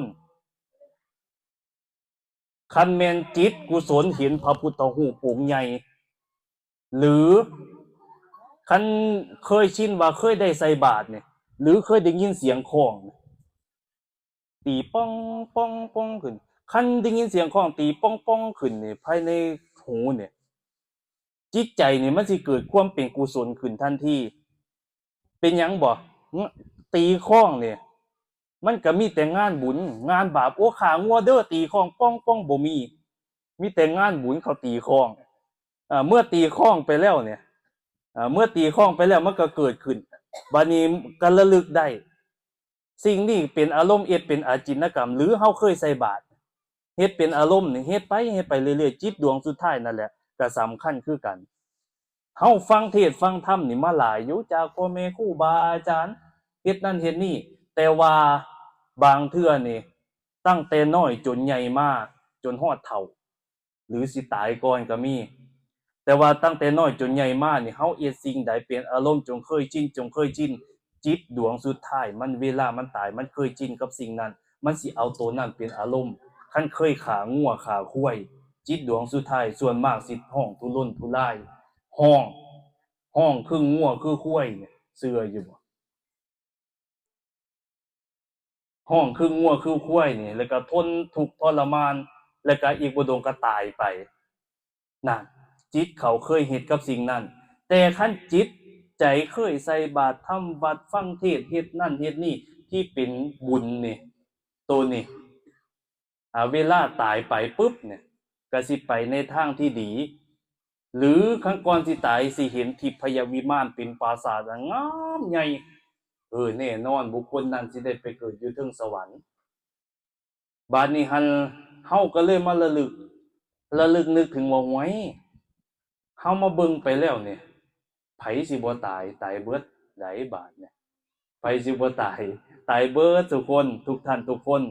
เฮากำลังย่างเข้าไปหาความตายอยู่ทุกขณะแต่ก่อนสิตายเฮามีบุญหลายปานใดแล้วเฮาเฮ็ดบุญนี่หลายปานใดแล้วเฮาต้องถามใจเจ้าของเบิ่งให้มันสมกับชื่อว่าเฮ็ดเป็นงานบุญเนี่ยเฮาอย่าไปเฮ็ดบาปให้คืนชื่อว่าบุญกับบุญคักๆโลดยังสิได้บุญหลาย จังซี่ได้เป็นต้นบัดนี้บางคนบัดนี้สิลังเลสงสัยบางคนสิลังเลสงสัยเฮาก็ฟังเทศน์ก็ฟังอยู่ฟังเทศน์เนี่ยเฮ็ดบุญพ่อแม่ครูบาอาจารย์เพิ่นก็สอนเฮ็ดตลอดแต่บุญกุศลนี่บ่เคยมาซอยผู้ขาจักเทื่อบางคนฮอดปรารถนาเอาเลขบางคนสาธุผู้ขาทานไป50,000กีบหรือแสนกีบขอให้ผู้ขาถูกเลขรางวัลแน่เด้อมีอยู่บ่ล่ะให้เฮาอธิษฐานเอาแต่บ่เคยถูกจักเทื่อบุญนี่จักมันซอยเฮาคือบ่ซอยเฮามีอยู่บ่แต่ไทเฮาหรือบางคนนี่มาฟังเทศน์ฟังธรรมมาปฏิบัติธรรมเนี่ยกลับไปก็มีแต่เรื่องเล่าต่างๆเรื่องเคราะห์เรื่องนั่นเรื่องนี้สารพัดแล้วเฮามาฟังเทศน์แล้วเฮามาเฮ็ดบุญนี่บุญนี่บ่เกิดขึ้นในบ่เพิ่นว่ามีนิทานอยู่เรื่องหนึ่งมีนิทานอยู่เรื่องหนึ่งเสร็จแล้วจังโมงละขะหน่อย 10 โมง ปารอแป๊บเดียวนะ4 ทุ่มละ10 โมงละเอาอดฟังเอาก่อนเนาะซะบัดนี้มีนิทานอยู่เรื่องหนึ่งผัวเป็นคนใจบุญสุนทานเมียก็แล้วแต่ว่าซั่นเมียนี่สิเฮ็ดบุญก็อย่าบ่เฮ็ดบุญก็อย่าข้อยก็สิอยู่กับเจ้าหั่นแหละแต่ก่อนเพิ่นเป็นมหาเศรษฐีรวยทรัพย์หลายบาดนี้ย้อนผัวนี่ใจบุญสุนทานมีแต่ทานอย่างเดียวเห็นคนทุกข์คนยากคนตระกูลยากไร้ก็ให้ทานอย่างเดียวเห็นพระสงฆ์องค์เขาเจ้าก็ให้ทานอย่างเดียวทานจนบ่เหลือหยังทรัพย์สินเงินทองสิ่งของต่างๆให้หน้าตากาพืชสวนก็เบิดไปผลสุดท้ายก็จนได้ขอทานแม้กระทั่งได้ขอทานคนใส่สิ่งของให้เพิ่นใส่เงินใส่สิ่งของอีหยังต่างๆไปนี่เพิ่นก็เอาเงินส่วนนี้ก็ไปทานอีกแต่เมียก็จนบอกว่าเจ้าอย่าเอ็ดสาว่าซั่นบุญกุศลนี่มันบ่มีดอกคันมันมีมันซอยเจ้าแล้วบุญกุศลนี่ฮะเจ้าอย่าเฮ็ดเถาะว่าซั่นอันนี้เจ้าทานนี่ทานจนบ่เหลืออีหยังเจ้าก็ยังทุกข์เจ้าก็ยังยากอยู่ว่าซั่นบุญกุศลนี่บ่มาซอยเลยเพิ่นว่าไว้จังซั่นบัดนี้เมียก็จนเมียนี่จนหนีเมียน่ะจนหนีออกไปเอกงานนำเศรษฐีแต่ว่าก็ระลึกถึงผัวอยู่ก็ได้ส่งเงินมาให้ผัวใช้ผู้ผัวก็เฮ็ดจังได๋ผู้เป็นผัวบัดนี้ผัวก็เมื่อได้เงินมาก็ทานคือเก่าฟังอยู่ฟังคำเมียแต่หนีออกจากเมียก็ทานคือเก่าใจมันเคยให้ทานเมื่อบ่ให้ทานแล้วบ่สบายใจบัดนี้เผอิญว่าเมื่อคนเฮ็ดบุญหลายเนี่ยทำความดีหลายนี่มันเป็นจังซี่ไดมันสิร้อนบ่แม่นร้อนเฮาร้อนถึงสวรรค์พุ่นสิร้อนแม้คันเฮาเฮ็ดดีคักๆเนี่ยพระอินทร์เพิ่นก็สิร้อนเพิ่นนั่งแท่นปันธุกัมพลศิลาอาสนั่งแท่นนั่นก็สิร้อนเพิ่นก็เลยสิตรวจลงมาเบิ่งว่ามันเป็นหยังว่าซั่นแท่นนี้คือร้อนในเรื่องเล่ากันหลายๆเรื่องชายผู้นี้คือกันเฮ็ดบุญไปตลอดบาดนี้หั่นบุญนี่บ่เคยมาซอยจักเทื่อจนเมียบอกว่าให้เซาซะว่าซั่นเซาเฮ็ดบุญเซาเฮ็ดกุศลนี่ซะว่าซั่นเทวดาเพิ่นก็เลยมาประชุมกันเทวดามาประชุมกันบอกว่าชายผู้นี้เป็นอีหยังเฮ็ดบุญแล้วเป็นหยังคือบ่ได้บุญมันก็เลยมีเหตุว่าทำดีได้ดีนี่มีที่ไหนทำชั่วได้ดีเนี่ยมีถมไปมีอยู่บ่ล่ะคนเฮ็ดชั่วได้ดีก็หลายคนเฮ็ดดีได้ชั่วก็หลายนี่มันก็เลยมีคำนี้มาบัดนี้เทวดาเพิ่นก็เลยมาประชุมกันว่าชายผู้นี้เนี่ยมันเป็นอีหยังว่าซั่นพิจารณาระลึกได้ว่าโอ้ยว่าซั่นในอดีตชาติเพิ่นเฮ็ดกรรมหนักไว้เพิ่นสิตายอยู่ 2-3 เทื่อชาตินี้นี่เพิ่นสิอดอยากบ่มีข้าวกินจนจ้อยตายชาติหน้าสิถูกฟ้าผ่าตายชาติต่อไป สิถูกเสือนี่กัดตายว่าซั่นคือว่าจังซั่นบัดนี้ห้วยคันเป็นจังซั่นแล้วนี่เฮาเอามาย่อลงมาเป็นชาติเดียวนี่บ่ได้บ่ว่าซั่นเทวดาว่าประชุมกันลงมติกันเพิ่นก็เลยว่าได้ว่าซั่นคันได้ก็เฮาก็เฮ็ดซะว่าซั่นเผอิญว่ามื้อนั้นบาดนี้ชายผู้นี้น่ะไปขอทาน ขอจังได๋ก็บ่ได้ขอทานน่ะขอจังได๋ก็บ่ได้บัดนี้เมื่อขอบ่ได้แล้วออกมาจากนอกหมู่บ้านแล้วก็เลยเมื่อยไปลี่อยู่ใต้ต้นไม้ใหญ่ซะเผอิญว่ามื้อน่ะเป็นลมเป็นฝนมาบึมๆบ่ำๆมาฟ้าพะมาผ่าลงใส่ต้นไม้ใหญ่ก็มาถูกเพิ่นเฮ็ดให้ตายนั่นไดเมื่อตายยังบ่พอเสือโคร่งเสือโตบักใหญ่หั่นล่ะมากินนี่เบิดส่วนของร่างกายเหลือแต่หัวเขาเลยเอิ้นว่าเท้าหัวคอลอเมียบัดนี้เมื่อได้ยินหรือได้ทราบข่าวว่าโอ้ผัวเฮานี่เฮ็ดบุญนี่มันบ่ได้บุญคันแม่นได้บุญนี่เป็นหยังคือมาตายอย่างอนาถจังซี่ถูกเสือกินถูกฟ้าผ่าแล้วก็อดอยากปากแห้งปานนี้ว่าซั่นเป็นหยังคือเป็นจังซี่เพิ่นก็เลยมาเห็นผัวมาเบิ่งผัวแล้วโอ้ยร่างสิ่งของร่างต่างๆนี่เหี่ยไปเบิดเหลือแต่หัวเพิ่นก็เลยกั้นใจแล้วก็กัดนิ้วซี่เจ้าของกัดให้มันเกิดเลือดเขียนใส่หน้าผากผัวเลยว่าบุญบ่ซอยเขียนใส่หน้าผากผัวว่าบุญบ่ซอยว่าซั่นของเฮานี่เขียนอยู่บ่ล่ะไม่ออกอย่าเขียนใส่หัวผัวก็พอเด้อของเฮาก็เพิ่นก็เลยเขียนใส่หน้าผากของผัวเพราะว่าเหลือแต่หัวน่ะเขียนว่าบุญบ่ซอยหลังจากนั้นแล้วก็ฝังหัวน่ะเผอิญมาตกไปปีหนึ่งเจ้าฟ้ามหากษัตริย์มีลูกมีพระมเหสีคลอดลูกออกมาเด็กน้อยอันนั้นให้ห้องให้บ่อยู่บ่เศร้าจักเทื่อเด็กน้อยผู้นั้นน่ะห้องให้เฮ็ดจังได๋บาดนี้ก็เลยให้โหรมาทำนายทายทักว่ามันเป็นอีหยังคือให้แท้ว่าซั่นโอ้ยเด็กน้อยผู้นี้เนี่ยเขาก็มีบุญมีกรรมมาแต่ก่อนต้องหาไผฟ้าประชาราษฎร์ชาวบ้านชาวเวียงแคว้นของเฮาให้มาลบล้างเด็กน้อยผู้นี้ได้ให้เศร้าไหเด็กน้อยผู้นี้เพิ่นมีลักษณะที่แปลกอยู่ถึงหน้าผากว่าจังได๋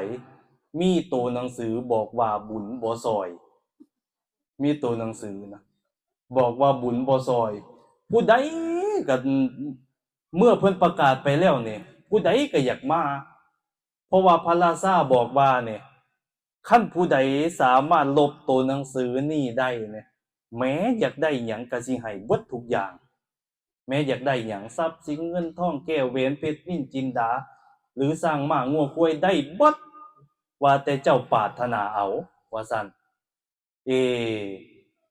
ผู้ใดไปลบก็บ่ได้จักเทื่อผู้ใดไปลบบาดนี้เมียผู้กำลังเฮ็ดงานอยู่ก็เลยระลึกได้ยินชาวบ้านชาวเมืองเว้าว่าซั่นบุญบ่ซอยอยู่ถึงหน้าผากมันคือคุ้นๆแท้เพิ่นว่า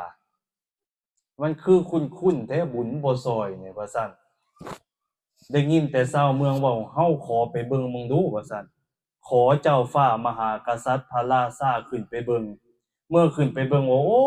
ยว่าซั่นมันตัวหนังสือเฮาตัวนี่คนโบราณเพิ่นสิเอ็ดปานไว้ทางพี่เพิ่นเอ็ดอยู่บ่อีพ่ออีแม่เฮาเวลาคนตายนี่เพิ่นสิเอ็ดปานไว้ไปเกิดอยู่ไสปานก็สิผุดขึ้นว่าซั่นเพิ่นว่าแต่อันนี้ก็จักแม่นคือบ่แม่นดอกแต่ทางบ้านอาตมาคนโบราณเพิ่นเชื่อว่าจังซั่นเพิ่นสิเอาขี้มิ้นหม้อขี้มิ้นหม้อไปแต้มเกิดชาติใหม่ก็สิเป็นปานว่าซั่นอันนี้เขียนเลยอันนี้บุญบ่ซอยอันนี้นะเขียนไปเลยหลังจากนั้นแล้วเพิ่นก็เลยไปเห็นเด็กน้อยแล้วโอ้ยตัวหนังสือเฮาตัวนี่ว่าซั่น ว่าซั่นข่อยเชื่อแล้วเด้อเพิ่นว่าบุญนี่มันมีแท้บาปนี่มันมีแท้อ่าบุญนี่มันมีแท้บาปนี่มันมีแท้ดังนั้นแล้วขอลบเด้อคำที่เขียนไปนี่เพิ่นก็ลูบหัวไปเลยลูบหัววืดไปเลยตัวหนังสือนั่นก็ลบไปเด็กน้อยนั่นก็เศร้าให้เจ้าฟ้ามหากษัตริย์เพิ่นก็เลยบอกว่าเจ้าอยากได้หยังว่าซั่นผู้ข้านี่บ่ปรารถนาอีหยังดอกทรัพย์สินเงินทองสิ่งของต่างๆนี่ผู้ข้านี่บ่ปรารถนาผู้ข้าปรารถนาอย่างเดียวอยากเป็นหยังผู้ข้านี่อยากเป็นแม่นมเลี้ยงเด็กน้อยผู้นี้ให้ใหญ่ให้เติบโตขึ้นมาว่าซั่นขอปรารถนาอยู่นำกัน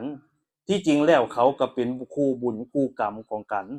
เฮามีผัวมีเมียสามีภรรยาต่างๆนี่เฮาล้วนทำบุญทำกรรมมาร่วมกันตั้งแต่ชาติปางก่อนได้ยังได้มาพบพ่อยังได้มาเป็นสามีภรรยากันเฮายังได้มาพบพ่อกันนี่บ่แม่นว่าสิมีเหตุอันบังเอิญได้บ่มีอิหยังเกิดขึ้นโดยบังเอิญล้วนมีเหตุมีปัจจัยกันมานางผู้นี้คือกันนางผู้นี้เพิ่นก็บ่ได้ขัดขวางให้ผัวทำบุญแต่ว่าเพิ่นบอกว่าเมื่อท่านคักๆแล้วเนี่ย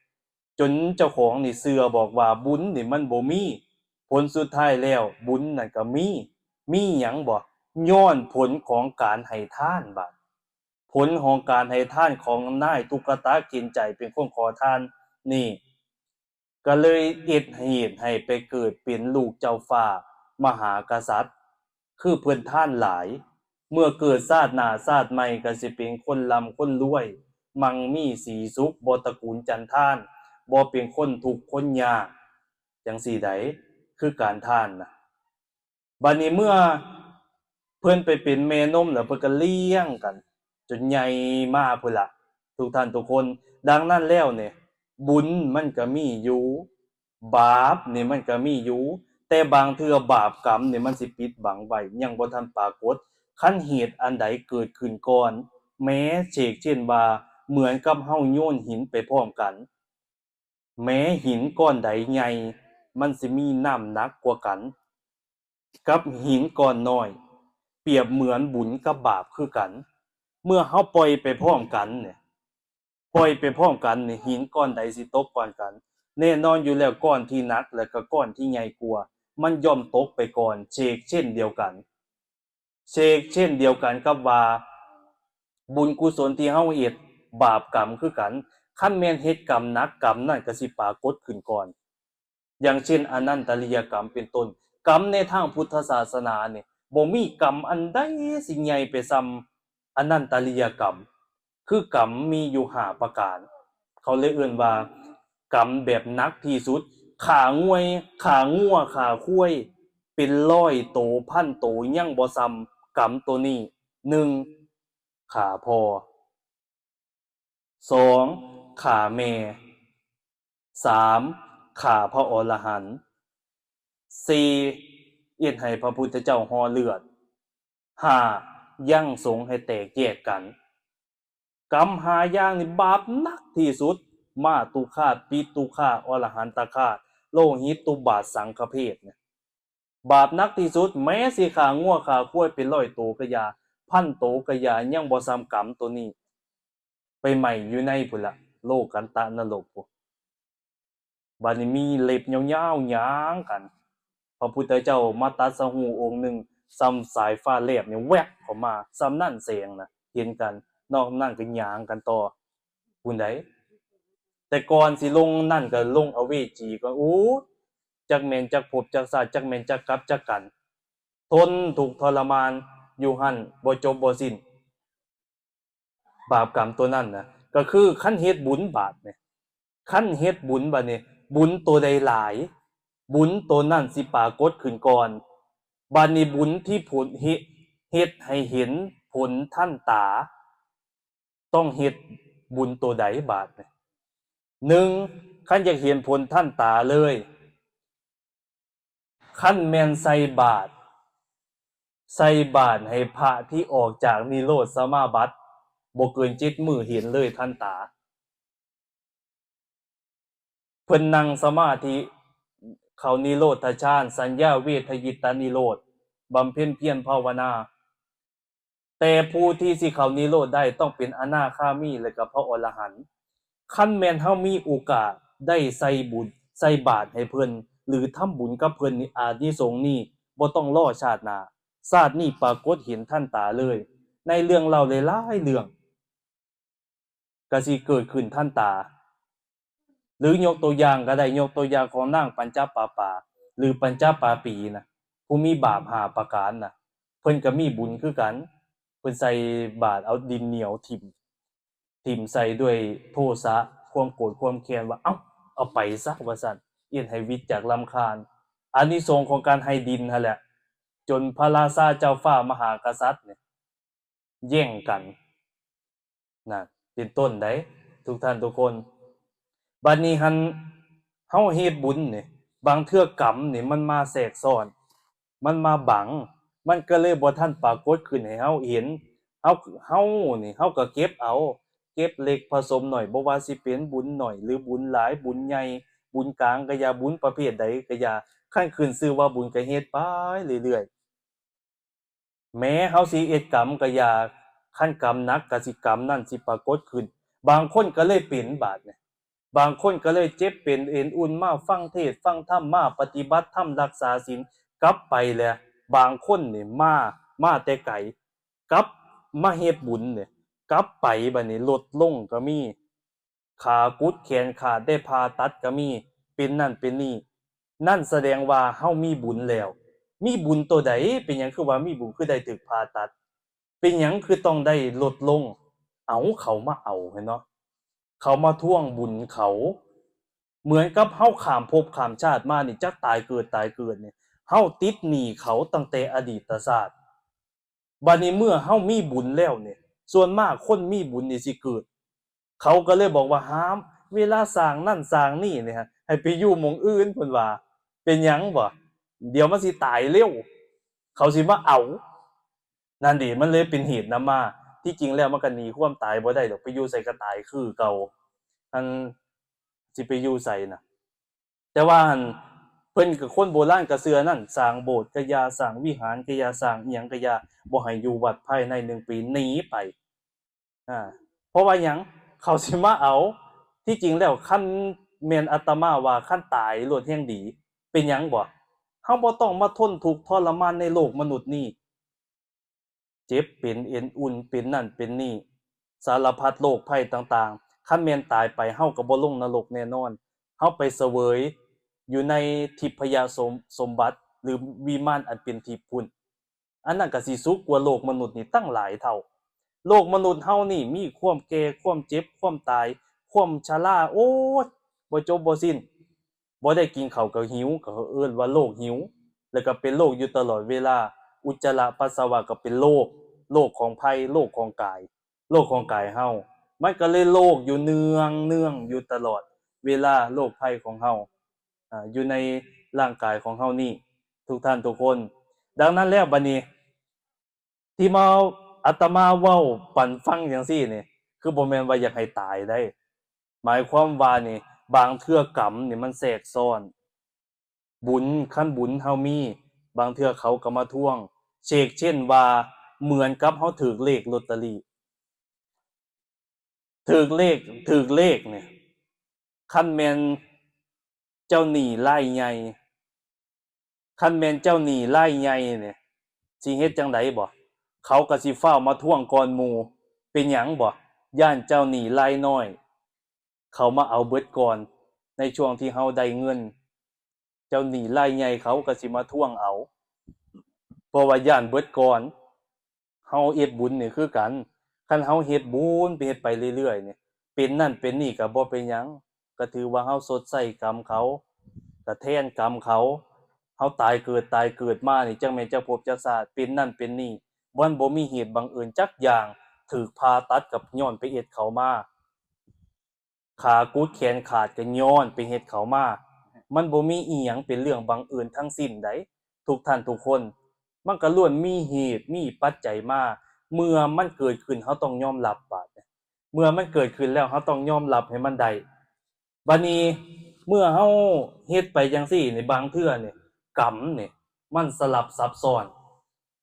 มันสลับซับซ้อนซับไปเวียนมาเป็นนั่นเป็นนี่เวียนไปเวียนมา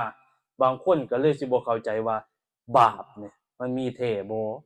บุญเนี่ยมันมีแท้บ่มันเป็นหยังคือบ่ปรากฏขึ้นยกตัวอย่างเรื่องหนึงสิเว้าให้ฟังก็ได้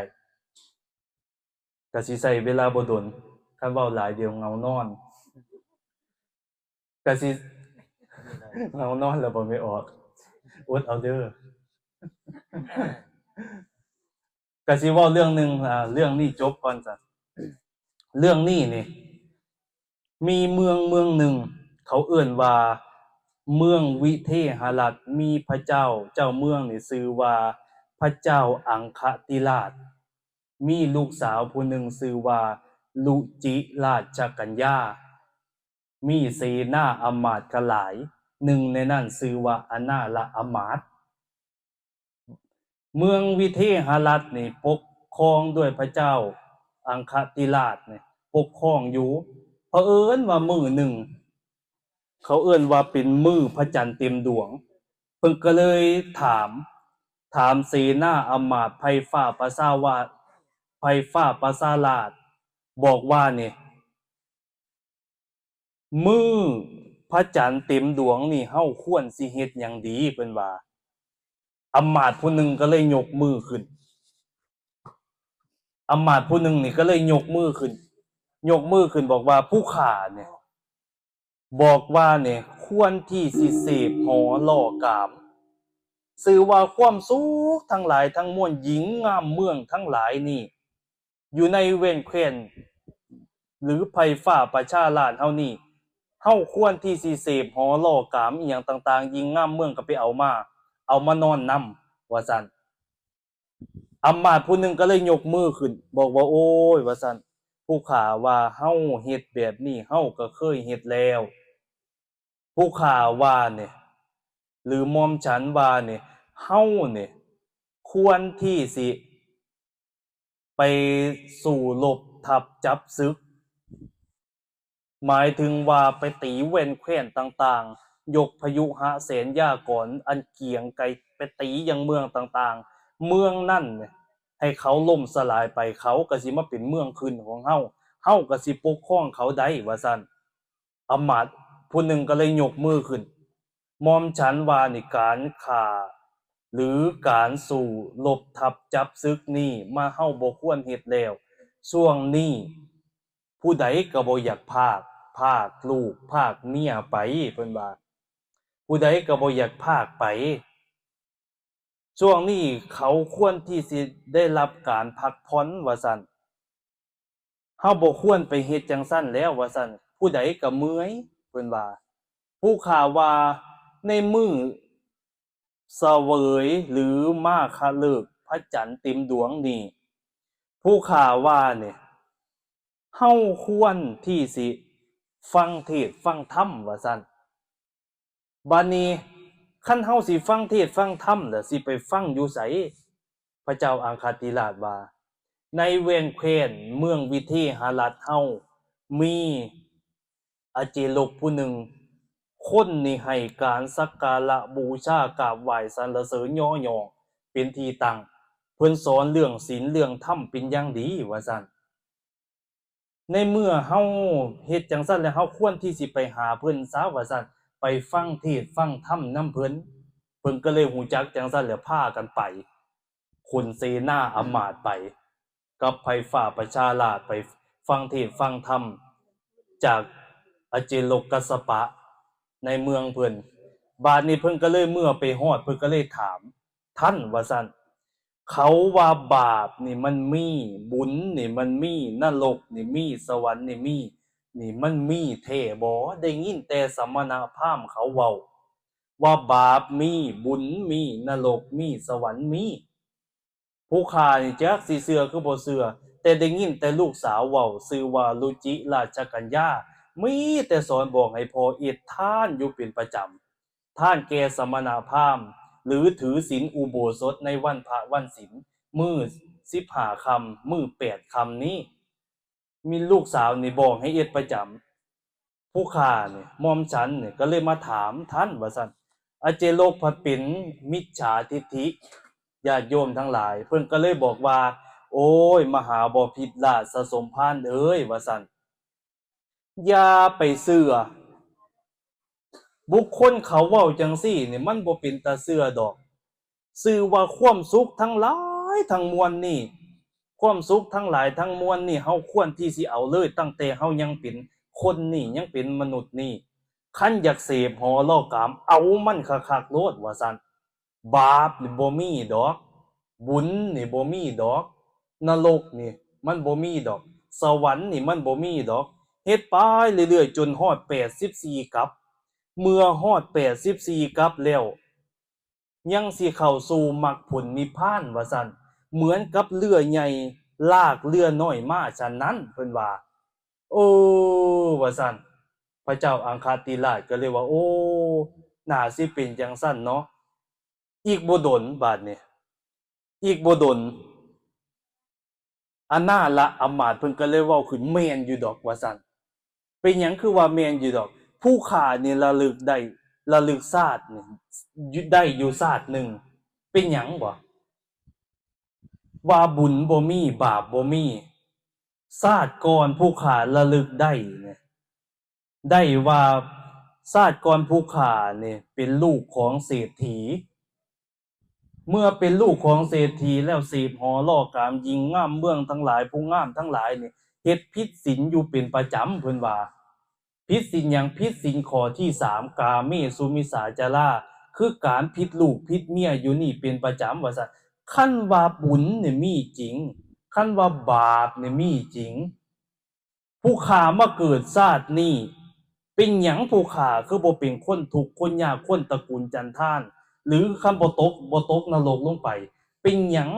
ผู้ฆ่าคือได้มาเป็นฮอดเสนาอำมาตย์ของพระเจ้าอังคติราชพุ่นว่าซั่น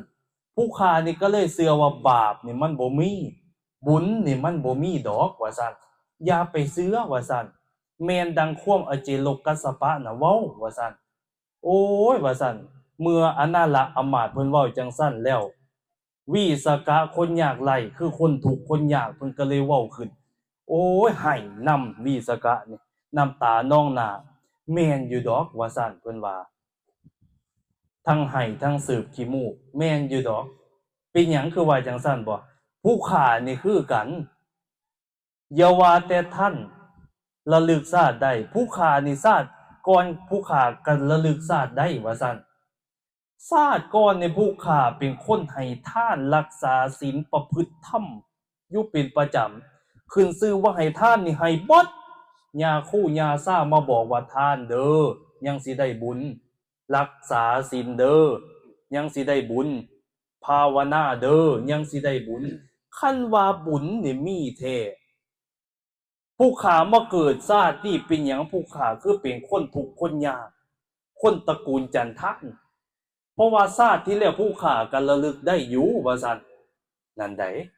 ของเฮานี่มีอยู่บ่เฮาคิดจังซี่มีอยู่บ่ล่ะเฮ็ดบุญเป็นหยังคือบ่ได้บุญจักเทื่อเป็นหยังบางเทื่อมันได้บาปนำแท้บางเทื่อน่ะของเฮาน่ะบัดนี้หันพอเพิ่นก็เลยเว้าหรือเจ้าฟ้ามหากษัตริย์พระเจ้าอังคาติราชเนี่ยก็เลยว่าโอ้ยว่าซั่นเฮานี่ไปหลงเชื่อลูกเฮามาแต่ดนชื่อว่ารุจิราชกัญญาเชื่อมาแต่ดนบาดนี้แล้วว่าซั่นเฮาสิเซารักษาศีล8บาดนี้แล้วเฮาสิเซาฟังเทศน์ฟังธรรมชื่อว่าความสุขทั้งหลายทั้งมวลเฮาสิเอาให้เบิดหญิงงามเมืองในเว้นเพียนไผฟ้าประชาราษฎร์เฮานี่เฮาสิเอาว่าซั่นกลับไปแล้วมื้อวันพระวันศีลมื้อหน้าจากที่เคยรักษาศีลจากที่เคยรักษาศีลรักษาธรรมเฮ็ดจังไดบาดนี้เสพหอล่อกามเอาหญิงงามเมืองมานอนนำผิดศีลข้อ3กาเมสุมิสาจาราเผอิญว่ามื้อนั้นลูกสาวเพิ่นมาขอเงินพ่อลูกสาวนี่ชื่อว่ารุจิราชกัญญานี่มาขอเงินพ่อพัดไปเห็นพ่อนอนนำกันกับหญิงงามเมืองหรือสาวงามทั้งหลายในเวียงเพียนนี่ พิ่นก็เลยเสียอกเสียใจอีพ่อว่าซั่นเป็นหยังเจ้าคือมาเฮ็ดจังซี่แต่ก่อนเจ้าเคยรักษาศีลรักษาธรรมอยู่เป็นประจำเป็นหยังว่าซั่นมาเทื่อนี้มาศีลนี้เป็นหยังเจ้าคือไปหาเสพหอล่อกามความสุขทั้งหลายทั้งมวลเจ้าคือไปหาเอ็ดว่าซั่นพ่อเพิ่นก็เลยเว้าปันฟังบอกว่านี่พ่อนี่ไปมาแล้วไปไสพ่อไปฟังธรรมจากอเจโลกกัสสปะมาแล้วเพิ่นบอกว่านี่เอ็ดบุญนี่มันบ่ได้บุญดอกเฮ็ดบาปมันก็บ่ได้บาปดอกเมื่อความสุขทั้งหลายทั้งมวลนี่เฮาควรสิเสพให้มันคักๆจนฮอด84กับแล้วก็เฮาสิเข้าสู่มรรคผลนิพพานเหมือนเหือใหญ่ลากเหือเล็กมาสั่นนั้นเพิ่นว่าและก็อีกอย่างพ่อก็ได้ไปฟังคนระลึกชาติได้บ่ว่าสิเป็นอนาละอำมาตย์หรือวิสกะคนยากไร้อนาละอำมาตย์นี่เพิ่นก็เว้าขึ้นเพิ่นว่าเพิ่นระลึกชาติได้ระลึกชาติที่แล้วเพิ่นเสพหอล่อกามมาเกิดชาตินี้คันว่าบาปมีเป็นหยังเพิ่นคือได้มาเกิดเป็นฮอดอำมาตย์เสนาอำมาตย์ในเวรแค้นเฮาและก็วิสกะคนยากไร้เพิ่นก็ระลึกชาติได้ว่าซั่นเพิ่นระลึกชาติได้ในชาติที่แล้วเพิ่นระลึกชาติได้ว่าแต่ก่อนเพิ่นให้ทานรักษาศีลอยู่เป็นประจำฟังเทศน์ฟังธรรมอยู่เป็นประจำคันว่าบุญมีมาเกิดชาตินี้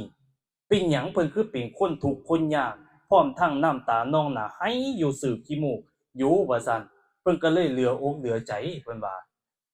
ดังนั้นแล้วลูกน่ะอย่าไปเชื่อท้ออย่าไปเชื่อก็สมณพราหมณ์น่ะควรที่สิเชื่ออเจโลกกัสสปะว่าซั่นลูกได้ยินพ่อเว้าจังซั่นแล้วไหว่าซั่นน้ำตานองหน้าลูกนางสาวรุจิราชกัญญาเนี่ยโอ้ยว่าซั่นอีพ่อเอ้ยว่าซั่นเป็นหยังเจ้าคือไปเชื่อจังซั่นว่าซั่นปลาล่าหรือปลาแดกมันติดใบตองใบตองนั่นก็ย่อมติดกินมานำเหมือนกับเช่นเฮาคบคนพาลเฮาคบคนพาลนี่เฮาก็สิซัวไปนำพาลนำตามกระบวนอ้อยล่ำหวานบ่มีเฟื่อนเครือเขาฮ้อกอดเกี่ยวล่ำอ้อยพะตาวขมนั่นดิมันเป็นไปตามเขาว่าซั่นมันคือเป็นจังซั่นว่าซั่นอย่าไปเชื่ออย่าว่าแต่ว่าอนาละอำมาตย์เลยที่ระลึกชาติได้แค่ชาติเดียวอย่าว่าแต่วิสกะคนยากไร้เด้ยระลึกชาติได้ชาติเดียวเท่านั้นผู้ฆ่านี่แฮ่งระลึกได้ชาติได้อยู่14ชาติเพิ่นว่า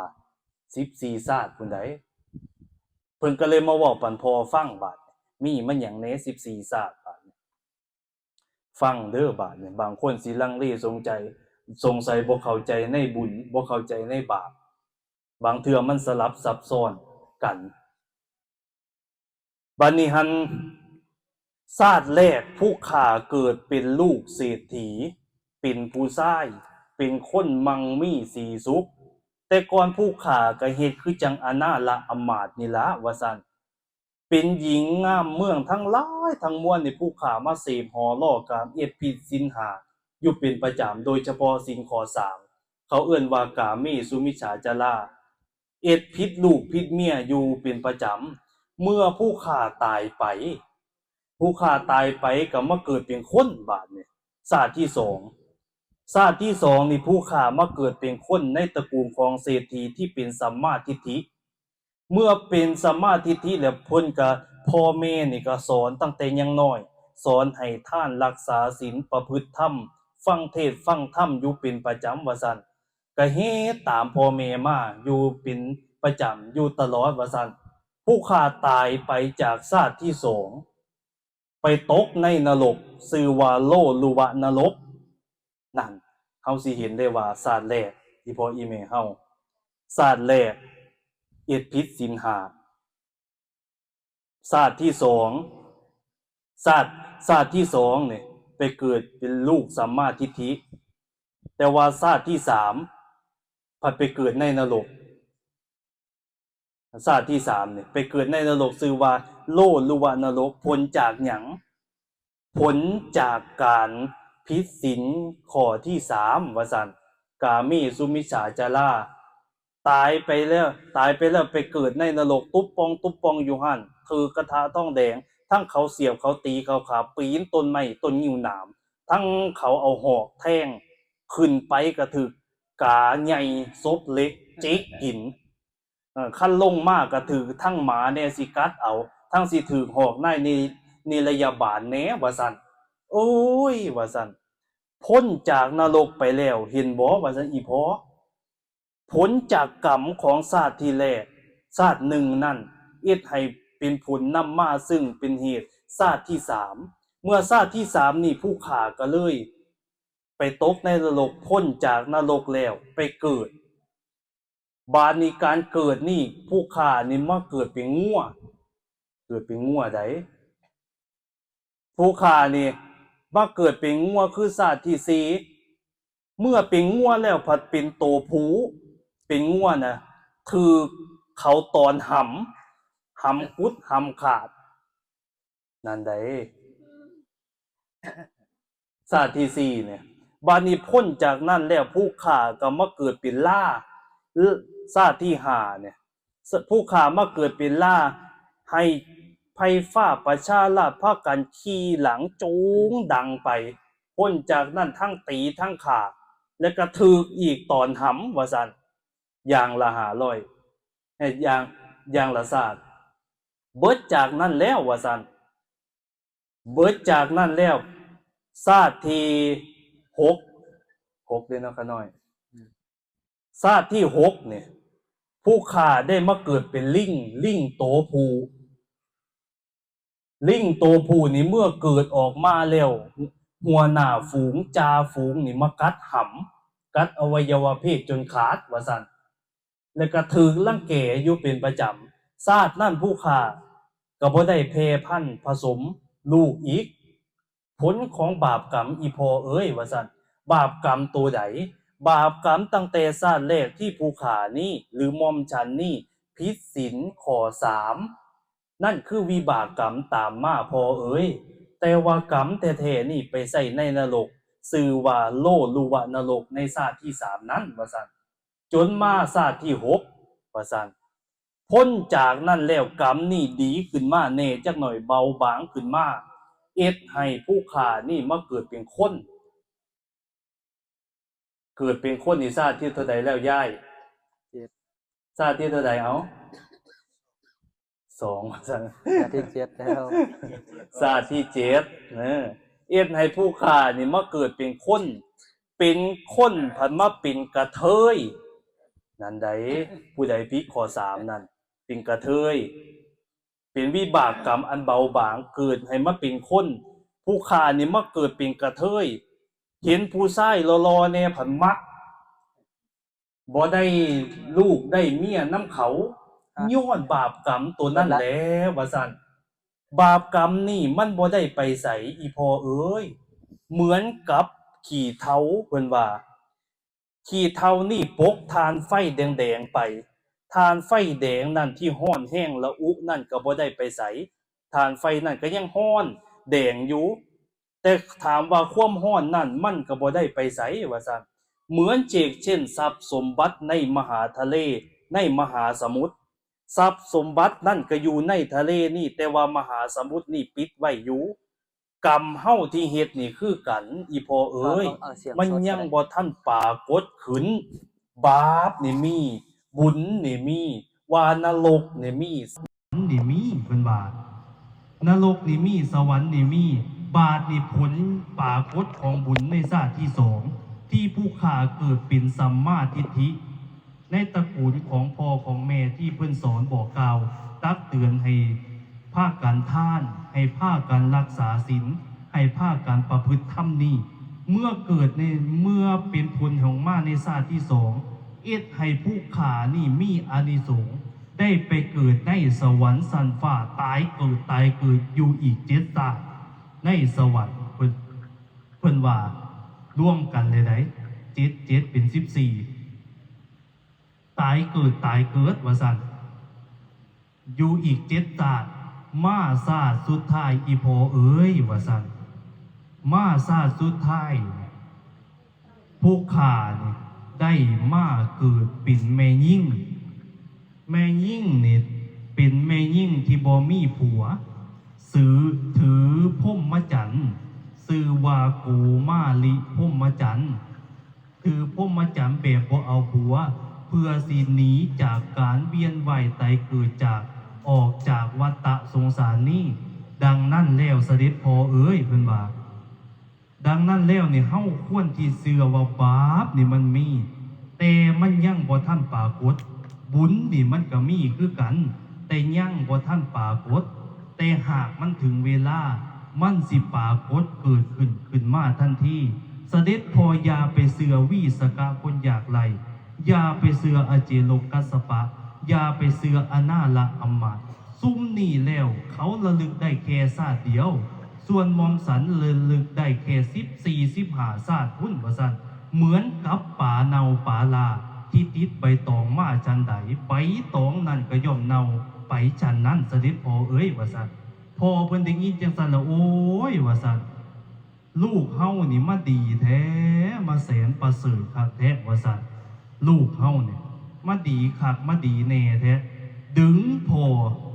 เหมือนกับดึงพ่อกันนี่ขึ้นสู่สวรรค์ได้ดึงพ่อได้ปะดึงพ่อนี่ขึ้นสู่สวรรค์หมายความว่าเหมือนกับซี่ทางบอกทางให้ถูกเหมือนกับของที่ขวมนี่ก็กลายเป็นหงายเหมือนจุดประทีปโคมไฟในที่มืดหรือเหมือนบอกทางแก่คนที่เดินทางผิดลูกนี่คือมาประเสริฐคักแท้ว่าซั่นหลังจากนั้นแล้วพระเจ้าอังคติราชเพิ่นก็เลยเชื่อมาว่าบาปนี่บุญนี่มีแท้เฮาก็เลยมาดึงในย้อนของเฮาว่าเป็นหยังเฮ็ดบุญคือบ่ได้บุญจักเทื่อยังบ่ทันถึงเวลาเมื่อมันถึงเวลามันสิปรากฏขึ้นบาปคือกันก็ยังบ่ถึงเวลาเฮ็ดอันใดก็ได้อันนั้นดังสุภาษิตเพิ่นบอกว่าย่าที่สังวะปฏิพี่ช่างตาที่สังวะปฏิพลังกัลยาณกาลีกัลยานั่งปาปกาลีจะปาปกังบุคคลวานพืชเส้นใดย่อมได้ผลเส้นนั้นปลูกมะม่วงก็ได้มะม่วงมันบ่ได้อย่างอื่นใดผู้เฮ็ดกรรมดีก็ย่อมได้กรรมดีผู้เฮ็ดกรรมชั่วก็ย่อมได้กรรมชั่วดังนั้นมันก็สิปรากฏเกิดขึ้นเฮ็ดบุญก็ได้บุญแต่บุญนั้นยังบ่ทันปรากฏเฮ็ดบาปก็ได้บาปแต่บาปนั้นยังบ่ทันปรากฏเมื่อถึงเวลาอันเหมาะเจาะแล้ว